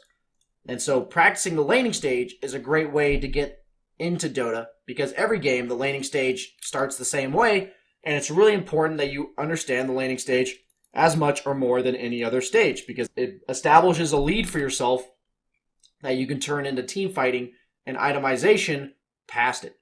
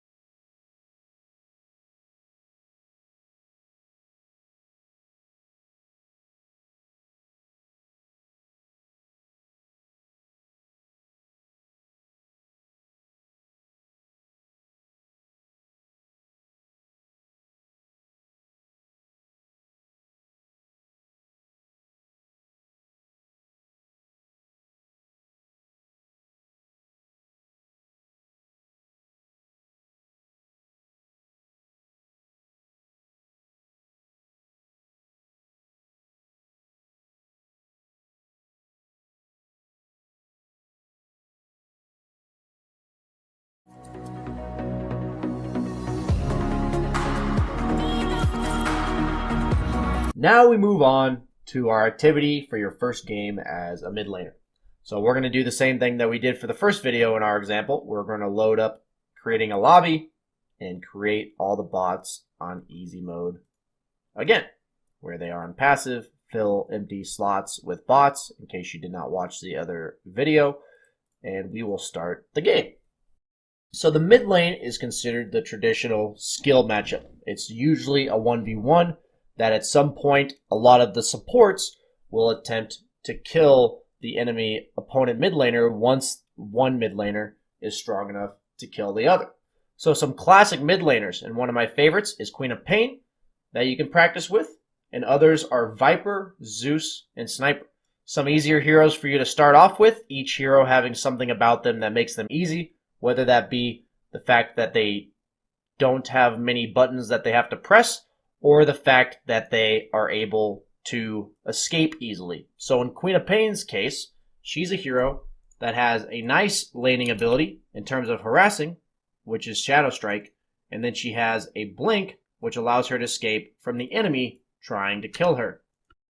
So for whatever reason, the bots refuse to buy couriers. So I highly recommend for your own practice, because courier usage in the mid lane is very important because you have no convenient way of getting your items. There is no side shop nearby the lane. I recommend you buy it due to some issues, at least at the current moment, that the bots have with buying courier. So once you buy courier, it'll automatically activate itself, and for realistic purposes, you can even give yourself back the 50 gold that you spent on the courier. A lot of games, the mid laner will spend all of their items on damage because it's usually a 1v1 matchup where it's just a last hitting contest. So if one hero does significantly more damage than the other, then it's very difficult for you to outlast hit them. So in this case, a great practice to get into is that if you want an advantage in the mid lane, just as we talked about not pushing the safe lane, we want to make it so that the mid lane is blocked closer to us. So a good practice in the mid lane is to practice walking in front of your creeps and stopping them from walking forward. It'll make it so that the creep wave will meet closer to your tower than it will to theirs. And your bots will leave if they see that you're mid because they know that it's traditionally supposed to be a 1v1 matchup. So making it so that the creeps meet right outside of your tower range is the perfect scenario in terms of a block. So notice how the enemy bot didn't block at all, so I purposely made the wave meet outside my tower range. Notice how I can check it by pushing Alt. So this is another same thing. We want to keep the lane just where it is, just like the safe lane. The ideal spot for you to have the lane in any mid lane is right on your hill. This is your hill, and this is the opponent hill. And the reason why it's an advantage is because most mid laners are ranged heroes. And if you attack with a ranged hero uphill, you have a 25% chance of missing.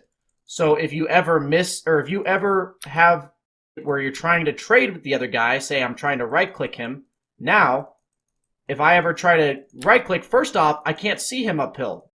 That's a rule of uphill and downhill in any Dota game, is any spot on the map I can't see up a hill. So if I want to click him, I first have to see him, and also I have a 25% chance of missing every time he is uphill.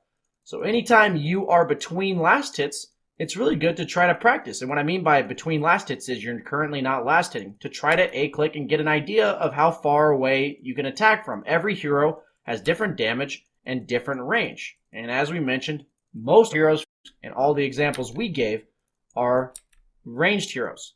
So it's quite different to practice laning with ranged heroes than it is to practice with melee heroes. So we're going to go ahead and take the advised build from Tortellini.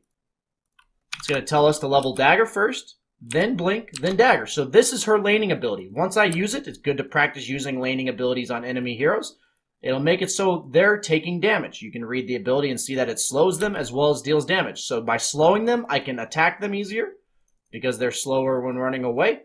And then when I ever get ganked, this blink can be very useful. And if I ever want to try to kill the enemy, the blink can also be very useful for that because I can just blink on top of them. And now I'm able to do a lot of damage. And it's really good to try to practice not only last hitting in the mid lane, but trying to do damage to the enemy hero as well in between last hits. Notice how I'm getting the last hits and attacking this guy and then getting last hit.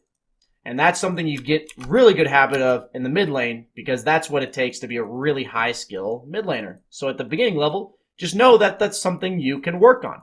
Not only trying to get the last hits, then trying to get denies under tower, and also trying to get it so that you can harass between last hits. And that's a great habit for you to get in because in the mid lane, since it's a 1v1 skill matchup, that will come down a lot to whether or not you are successful if you choose to be a mid laner. So once the mid laners have enough levels in order to kill the other mid laners, sometimes that can be as early as the start of the game, depending on certain matchups, and that's an idea of what you'll get when you get better at the mid lane. You can have your supports gank for you and try to make it so that they can try to come behind the enemy mid laner and try to kill them. So ganking heroes like Queen of Pain is very difficult because she can blink away if you don't stun her for the entire time you try to kill her. But heroes like the one I'm versing right now, Necrophos, they don't have a natural way to escape. So ganking those type of heroes can be very useful and something you can try to work with your teammates. And when your teammates try to gank and come behind them as you see here, then that is a very powerful tool in the mid lane and something as a mid laner you have to be concerned about whenever the enemy is trying to gank you. So if I'm worried about them ganking me from over here, I can play farther in the lane over here. And if I'm concerned the other way, I can play the other way. And what you'll learn is that a lot of ganks will come from specific directions based on whatever hero you're playing against. So over time, you'll become better and better at avoiding ganks from specific heroes. Every hero has a way that they're going to try to kill you. So try to keep in mind how they kill you in the mid lane so that you can avoid it happening more than once in the future. So as a mid laner, your job is generally to be the second most farmed hero in the game and to be very active. So what you want is you don't want to leave your lane because creeps and XP is super important. Just like in the safe lane, you want to spend the first 5 or so minutes establishing a lead. So something that's super important is that you don't just leave your lane unless you have a hero you distinctly want to kill on the enemy team. So as a mid laner, since we're 1v1 and we talked about how experience sharing works, we're usually going to be higher level than most of the opponents in the other lanes because they've been splitting XP while we've been getting our own. So once we have our ultimate or any other abilities that help us kill people on certain heroes, most mid laners rely on their ultimate because most mid laners are level dependent because they get their own levels. We can go look to gank other lanes, which will help our teammates be more successful as well as help shut down the enemy. So our goal is to be using this early advantage to create space for the rest of our team to be farmed. And even though we plan to be the second most farmed hero in the game, we don't want to spend the entire game farming because we want to be able to kill the enemy team's carry while ours tries to get more and more farm. So Queen of Pain's a hero that wants to be able to lane with her dagger, so she usually puts 2 points, and then she levels her blink for 1 point in mobility, and then she levels both of her damage spells in order to help her gank. And remember that one of these 2 rune locations, either at top or bottom, will spawn a rune every 2 minutes. 2 minutes, 4 minutes, 6 minutes, 8 minutes.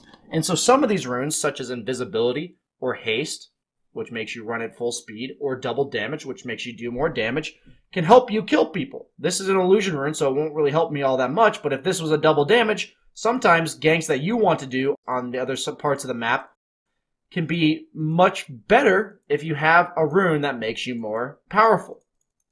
But in this case, I'm just going to show my use of abilities. I'm going to blink. If I found Warlock, I'm going to dagger him to slow him. I'm going to run at him. I'm going to scream him for damage.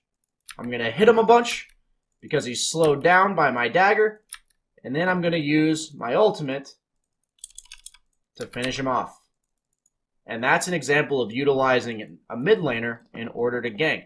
And something that you don't want to do too much of, and between ganks, you want to make sure you're at least getting levels from your lane or some other lane. And at this stage, you're willing to be in any lane as long as you're able to get more and more levels, because you want to turn that advantage into still being the second most farmed hero on your team.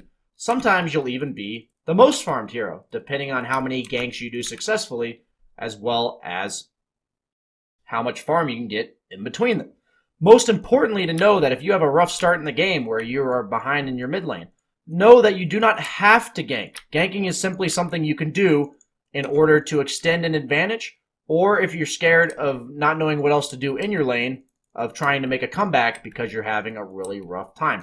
Ganking other heroes is not something you absolutely have to do.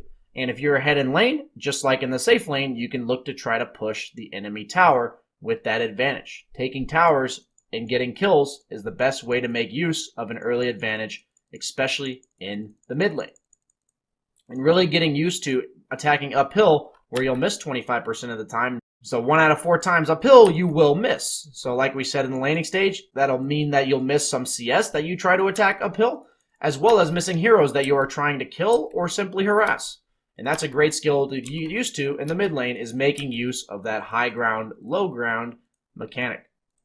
So playing against beginner level bots will really help you to basically CS freely and get a good idea of trying to practice a little bit of harassing between CSing.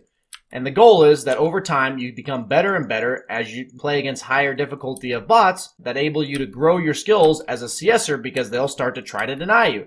So the difficulty of CSing is simply related to how many things you're competing with. Whether that means your allied creeps, your allied tower, an enemy hero trying to deny, and all these things can make it a little bit more complicated. So you want to start off with easy bots where you're pretty much just CSing against your own creeps and tower, and then once you play against higher level bots, you'll be able to practice even more skills in the mid lane.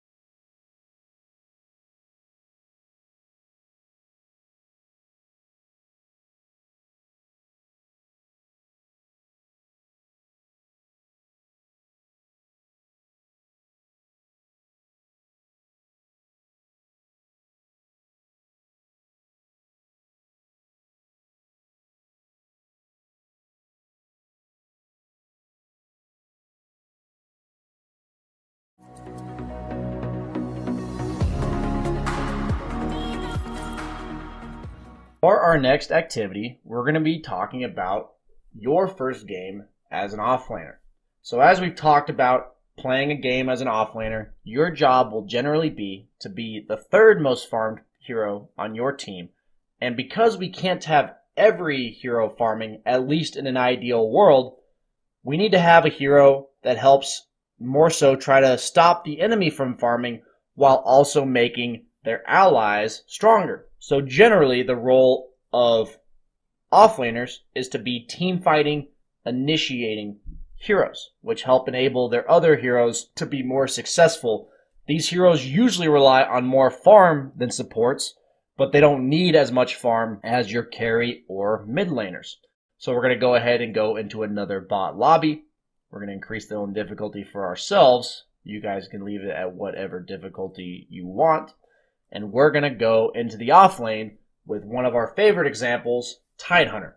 Some other examples are Centaur, who's a great teamfight initiator, Slardar, who's more of a ganker that helps set up for single target damage because his ultimate removes a lot of armor, Earthshaker, who's also a team fighting hero because of his area of effect stuns, and then Spiritbreaker, who, similar to Slardar, has a lot of single target ganking potential.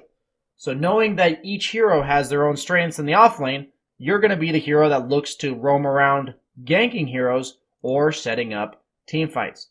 Tidehunter, being more of a team fight hero, is going to be something we're going to look to use and show you his benefits of showing up to team fights as an offlaner.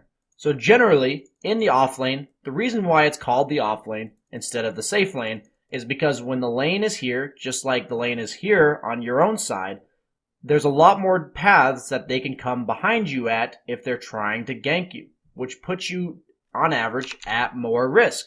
When you're playing against bots, they're generally not going to try to gank you as often, but it's important that you should be knowing you are more likely to be in danger and will oftentimes be at less of an advantage or maybe even at a significant disadvantage when playing in the off lane. So it's really important that we follow the general guides that we have, once again, similar concept to what we did in the safe lane. And in very regular Dota, very standard Dota, you will often have off lane to yourself, meaning that you will not have any support. But in bot matches, they generally do, where you have one or two heroes supporting you, simply because that is the easiest way for them to program it. But in the off lane, generally, you'll be in a situation where you're 1v2 or 1v3. So even though in this case, you're going to see that I'm going to have a level advantage or CSing advantage because the bots are really not doing much to stop me, this is a lane that you will generally have to play very dangerously. So one thing you can do as a very advanced tip that will actually help you when you're playing in a lane you're scared of is that what happens is if you're scared, then you want the creeps to be in a safer location. And the way to make the creeps in a safer location is if I'm near an enemy creep and I A-click an enemy hero, those creeps will chase after me. So if I feel like this area is too dangerous, but I feel safer back here, I can A-click enemy heroes and the creeps will chase me for about 2.5 seconds. So I can use that to reposition where I want to be in the lane. And that'll be very helpful if you're ever in the off lane especially, because you mainly want to use that when you're playing scared. That's actually a relatively advanced thing, but it's something that will help you as any role in any position when you are playing scared in lane, and a great habit to get into exactly how it works, how long the creeps will chase you, how fast they chase you, and all those kind of things. So in this case, I do have two supports with me, but the idea is that our hero is meant to be a team fighter. And your goals are the exact same as they are in any of the other two lanes. But usually, like we said, you'll be a hero that much more relies on levels than he does on farm because you'll usually get shut down.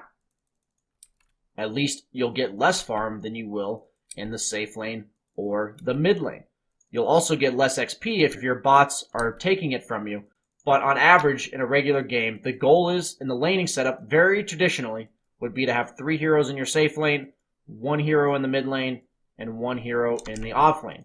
At the absolute highest level, sometimes you'll see 2 heroes in the off lane to help the off laner get a better start, 1 hero in the mid lane, and then 2 heroes in the safe lane to protect your safe laner as well as your off laner. And even sometimes one of the supports will be in the mid lane. And that's something where as you get better and better at Dota, whatever lane you feel like is in need of more help will generally get more help. So we're going to go ahead and level ourselves up to show you the effect of getting these levels in the offlane. So what's really important to understand is that each hero's levels do different things for them. So in this case with Tidehunter, when we get level 6, we get a nice teamfight ultimate in Ravage, which allows for a large area of effect stun that can set up ganks or big team fights. So we're going to show how we're going to set up a gank because we're in a laning stage still early on. We see 2 heroes, we Ravage, and we didn't quite get the Zeus, but it helps set up the kill on Razor. And if you want to practice using your ultimates or large abilities over and over again, you can always click dash refresh in order to practice their areas as well as understanding exactly how much damage they do. See how I can use Ravage again. And if I have help, most offlaners do not represent killing people alone. You like to pair them with supports or your other 2 carry or mid laners to help deal the damage. Most offlaners will provide the stuns or initiation to help your teammates get kills, but most of the time, with the exception of certain offlaners, will not offer the damage that it takes in order to kill heroes on their own. If you're having a rough lane as Tidehunter, you can always look to go jungle after you get a few early levels in your Anchor Smash, which will help you deal damage to creeps and also reduce it. Most offlaners want to have a way to jungle so that they can come back in the lane. Some of the easiest offlaners to do so are Tidehunter, Axe. These type of heroes will help you do jungle creeps once you get a few levels in lanes that it's not so good for you because you're either dying or you're simply getting harassed away from the lane by 2 or 3 heroes. It's important that you know that one of the best ways to recover in bad lanes like this can be utilizing the jungle in order to basically avoid the lane that you don't want to be in, and then also looking to try to pick up the runes. Bounty runes are a great way to get farm on any offlaner, so at any 2-minute mark, making sure you check the bounty runes, and looking to pick those up while the enemy is dealing with the creeps in the lane. And also, because you're not usually supposed to have that good of a start, doesn't mean that if you have a good start, that's a thing to be worried about. Anytime you have a good start, you can look to do the exact same things we saw in the carry and mid-roll, whether that be looking to push towers or looking to gank people. And also, when you're behind, usually what is happening is you're going to be lower level than your mid laner or safe laner, and you can look to set up ganks or team fights utilizing your ultimate. So just remember, if you want to be the tanky frontliner who looks to initiate on the enemy team, the off lane is the perfect role for you. You're going to be the hero that spends less time farming and getting net worth and more time looking to kill people. But it's really important to understand that unlike support roles, offlaners still rely on levels and farm. So once you've utilized your crucial ultimates or abilities that you require in order to kill heroes, make sure you also take some time to farm for yourself so that in the later stages of the game, you'll be able to initiate better, you'll be able to tank more damage, and you'll basically just be a better initiator and frontliner for the rest of your team.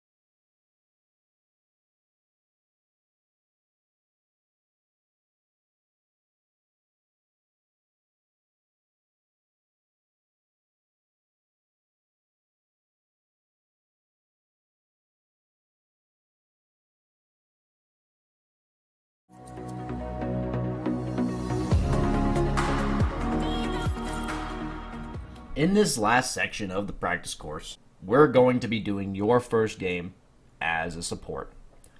And so some crucial examples we're going to use for heroes are Lion, Shadow Shaman, Jakiro, and Ogre Magi.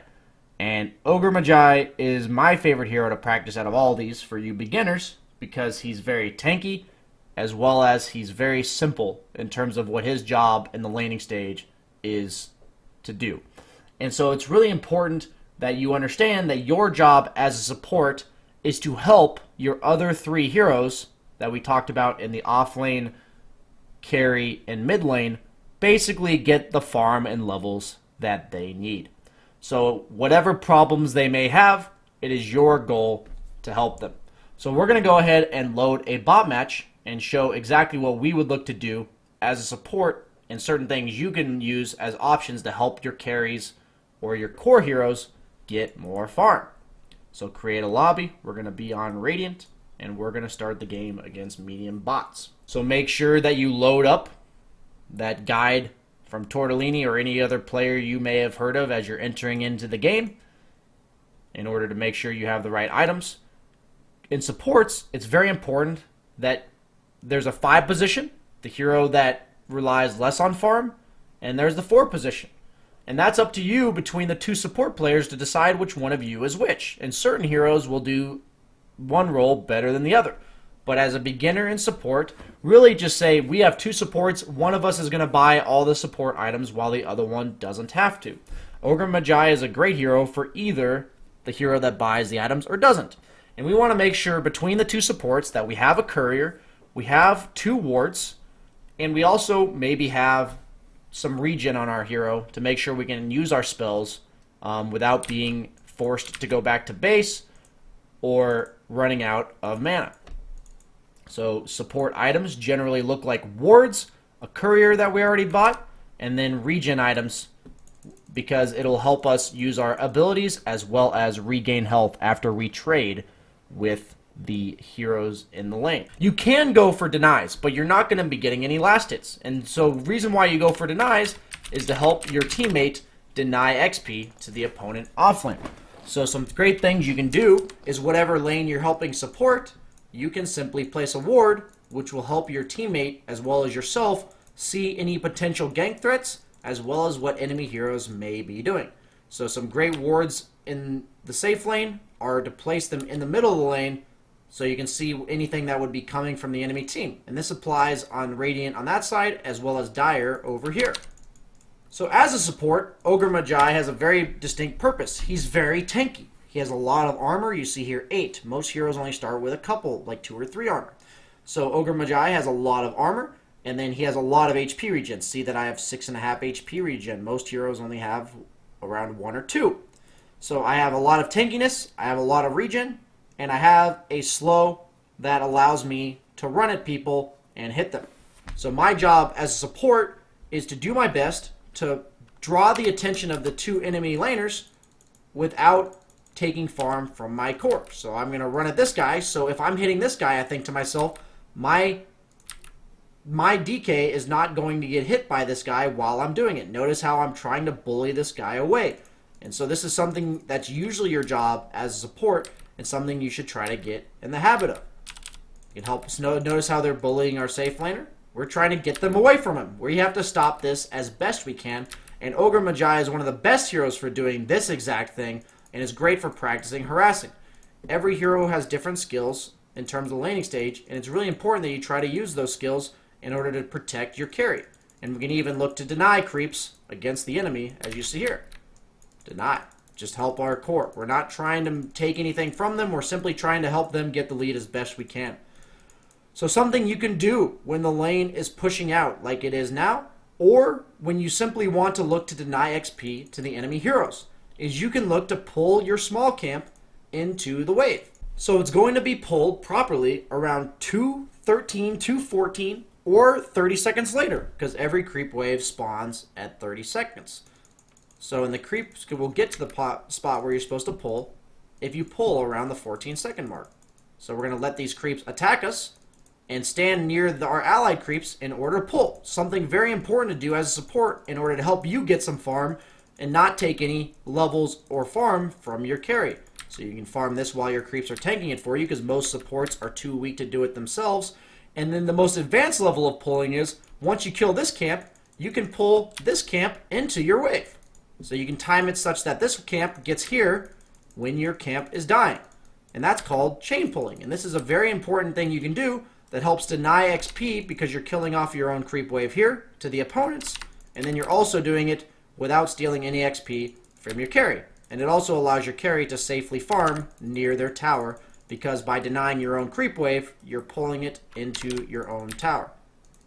So the goal is with pulling is you want to kill off your own creep wave as best as possible to ensure that you deny, but then also doing it to get yourself some extra farm. And even in the time being, you can look to go pick up some bounty runes because of the fact that you are right here and you can get some extra gold.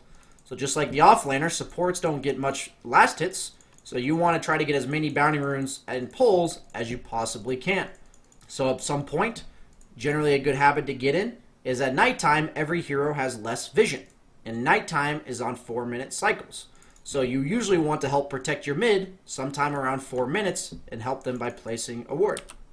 So my mid will be able to see if ganks are coming from a longer distance.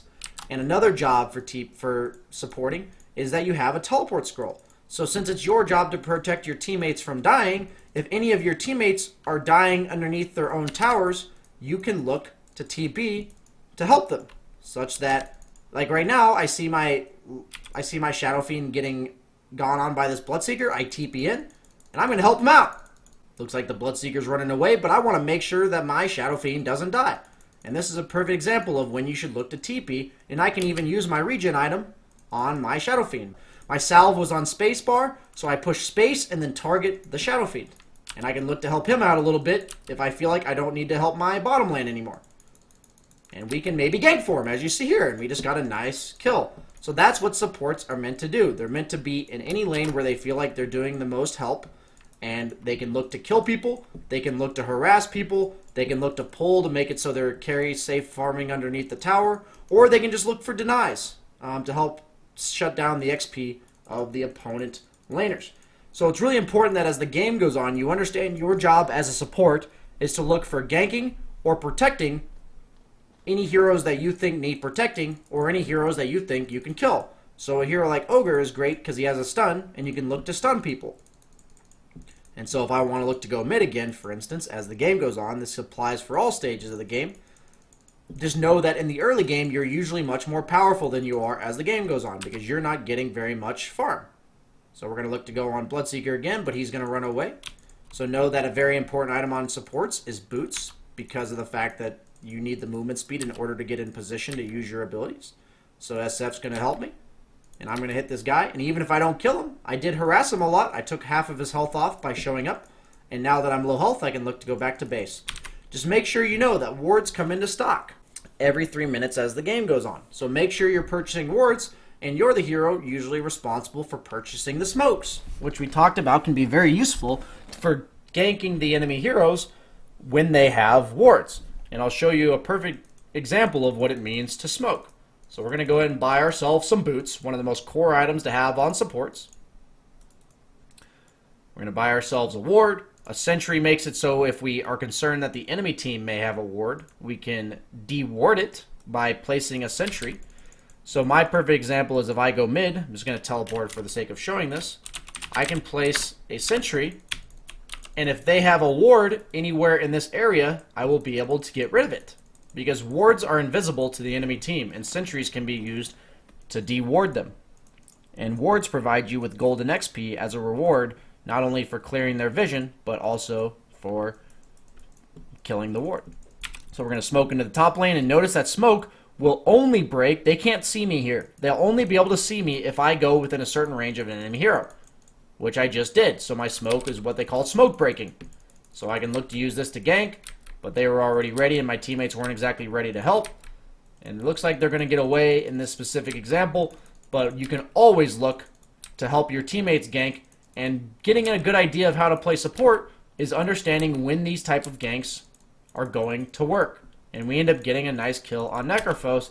And as support, your goal is to not be doing nothing. We want you to try to be pulling, ganking, warding, picking up runes, or sitting behind a hero you think you need to protect. And then the items you generally are going to build are going to be items that help your teammates.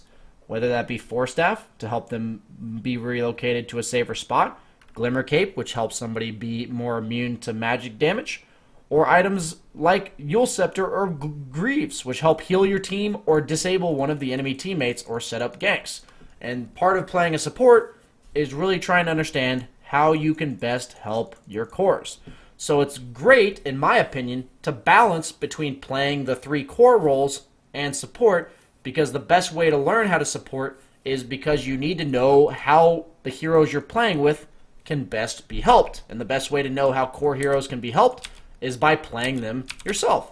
So having a healthy balance between playing support as well as core roles can be very useful, but something we really don't see all that commonly in the Dota 2 scene. So just know that as the game goes on, the reason why supports are supports is because they don't necessarily need gold to do their job. Their job usually comes from their abilities. So for instance, Ogre Magi has an ability that buffs the attack speed and movement speed of his allies. So as the game goes on, usually you can be used to stun enemies with your first ability, and then you can look to buff your carries to do more damage and move faster by buffing them up and making them attack faster and move faster. And so that's something that Ogre Magi does, and he can sit back looking to protect his teammates, where if they were to go on him, I can always look to stun. And then using my stuns also to be aggressive. So we're going to show it here.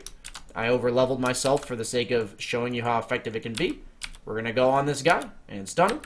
And his ultimate's even a little bit of fun, because it makes your abilities have a small chance of doing more damage and stunning for a longer duration. So it's a great way to have a little bit of fun with a little bit of luck, but also knowing that your job as a support is to mainly buff up your cores as the game goes on. And your hero alone, as a support in most cases, because you don't have any items as this game goes on and these other heroes do, you're going to become weaker and weaker. So your job as the game goes on, you'll usually not be alone anymore. In the early stages, you're going to walk around, pulling, ganking, warding, doing all these types of things usually on your own. But as the game goes on and you're becoming weaker, it's usually your job to sit behind your cores as they try to take the objectives, team fights, as well as farming safely, and so you can help protect them as well as they protect you because you're sitting behind them and they have all of the items. As a support, you generally become helpless for yourself, so you make yourself powerful in the later stages of the game by pairing yourself with your allied heroes who have all of the farm. And that's really important to understand because it can be very costly to your team as a support if you die a lot as the game goes on, because it becomes harder and harder to be survivable as enemy heroes get more and more items. So one of the most important skills on supports in late game team fights, as well as just in general, is making sure you position yourself as safely as possible so that the enemy team cannot initiate on you first, because not only are you a hero that's still effective by just utilizing your abilities, but you're also, since you have no items, the squishiest hero on your team, one of the easiest heroes to kill. And so that's why positioning and making sure you try to play as safe as possible while sitting behind your team is very important.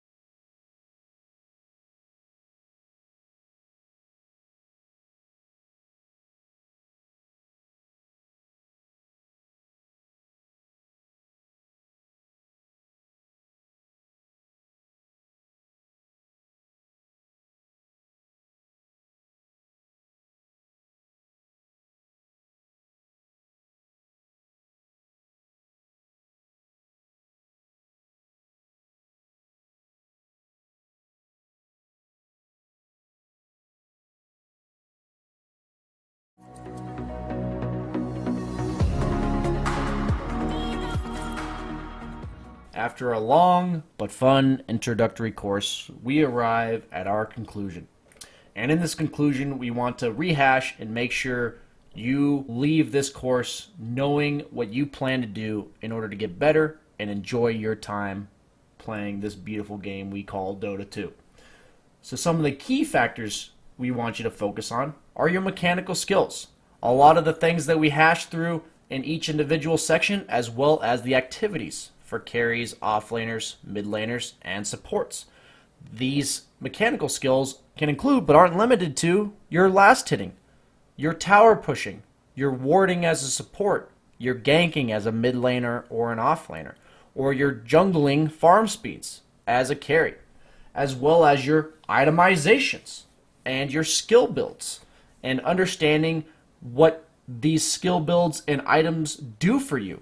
Each individual skill, as well as each individual item in the game of Dota 2, offers you a different benefit. And our goal over time is for you to know what each individual hero does, as well as what each individual item offers for you. And as you gain that knowledge of Dota 2, you will be able to further increase your understanding and thus increase your ability to do these mechanical skills properly, and then not only be able to push your buttons correctly, which is what we mean by these mechanical skills such as last hitting and tower pushing and ganking, but we also want you to know when it's correct to do each thing. And that comes with the conceptual approach to Dota. And that's all you can do is simply learn through experience. And there are also great resources for you to use, and something that's been growing very rapidly over time. At GameLeap, we have tutorials that we use to talk about specific heroes, specific parts of the game where you can focus on your laning stage or the mid game or team fights. And then there's other resources like Dota 2 Gamepedia, which can give you information about the game and maybe things you may not know about certain heroes. In-game stats, which can teach you average GPMs or experience per minutes or timings you should be trying to hit with your items. You can also watch pro players on Twitch. There's a lot of high-level pro players that stream, as well as other players that look to coach, such as myself, and have instructional commentary or will answer your questions in Twitch that you may have. And that's a great resource for whenever you feel stuck or for whenever you're just not entirely sure what you should be working on at your current moment in Dota. And lastly, there are also some in-house leagues that you can watch of high-level players that may not be playing professional matches, but they'll be playing together in a setting that allows you to observe them on stream or on a Faceit League stream. And these type of in-house leagues, such as Faceit, which I use as an example, is a great tool not only for higher level pros, but they also usually have leagues for any tier of Dota that you wish to play. So if you want to look to play not just solo queue and play alone and look to play with a team of players comparably skilled to you, you can look into these in-house type leagues to help you get better from the team perspective of Dota 2. So a nice feature that Dota has included in the recent past is Dota Plus. And Dota Plus is a nice feature that basically acts like an enhancement for Dota. It does not make you play any better in regards to it does not give you any advantages. It does not make you level up faster or gain more gold or any in-game advantages such as that, but it offers you crucial information that you may need as a new player in the game of Dota. And for a cheap price of $4 a month, you're able to have these extra features that give you exact item builds as well as skill builds for heroes. It also helps you in regards to laying out for you what it's expecting your net worth to be at any given moment in the game, as well as your kill and death ratio and how many last hits you're supposed to have. And also, there's some hero challenges that allow you to level up your hero, unlocking cool cosmetics as well as cool voice lines that just make Dota 2 a little bit more enjoyable if you are into these extra artsy as well as fun type things. I personally find great pride in having cool looking cosmetics for my favorite heroes in Dota. And so lastly, some nice rewards from Dota Plus is that it keeps track in terms of the stats of your heroes. It tells you how many kills, how much gold you've gained, and how many times you've landed an ability successfully, as well as giving you possible hero suggestions for what you can pick at the start of the game to help you maybe learn how to draft a bit better. And most of these concepts will not help the highest level players in Dota, but for anyone who is just starting out, they can be quite useful for making the game a little bit more fun in terms of the cosmetics, but also giving you a template to follow at the most basic level to help you practice item builds and skill builds on heroes you are not completely familiar with. So using Dota Plus as a nice introductory feature before you look to go into the more advanced things can be very useful to make sure that you are not completely messing up anything about the hero. Because if you completely mess up the item build or the skill build, it can make it incredibly difficult for you to learn. So utilizing Dota Plus or any of these other features we've listed to help you with these basics of these heroes, we want to make sure that you don't take longer to learn than you have to. And so if we can provide you with what skill builds and item builds the heroes will most likely want to go for, that can save you a lot of time and effort. So my personal opinion on Dota Plus is that I believe that it's a useful investment for anyone who has the extra money, as well as they plan to spend adequate amount of time to getting better at Dota as a beginner. I believe for anyone who's not a beginner, the Dota Plus item builds and suggestions are generally something you will know after several thousand hours or several hundred hours of playing Dota if you spent your time studying as well. So at that point, it's usually good for keeping track of stats as well as getting yourself cool cosmetics for heroes. So at that point, my personal opinion is I find it very fun to know how many kills over time I've had on a specific hero and keeping track of fun stats like that, but others may not think the same way. So I personally think Dota Plus is a great investment for anyone who's spending a lot of time in Dota because it just makes things a little bit more interesting and also helps you with anything that you may not be certain of by telling you what most players in the high skill bracket will do so that you can at least mimic their timings, their items, as well as their skill builds.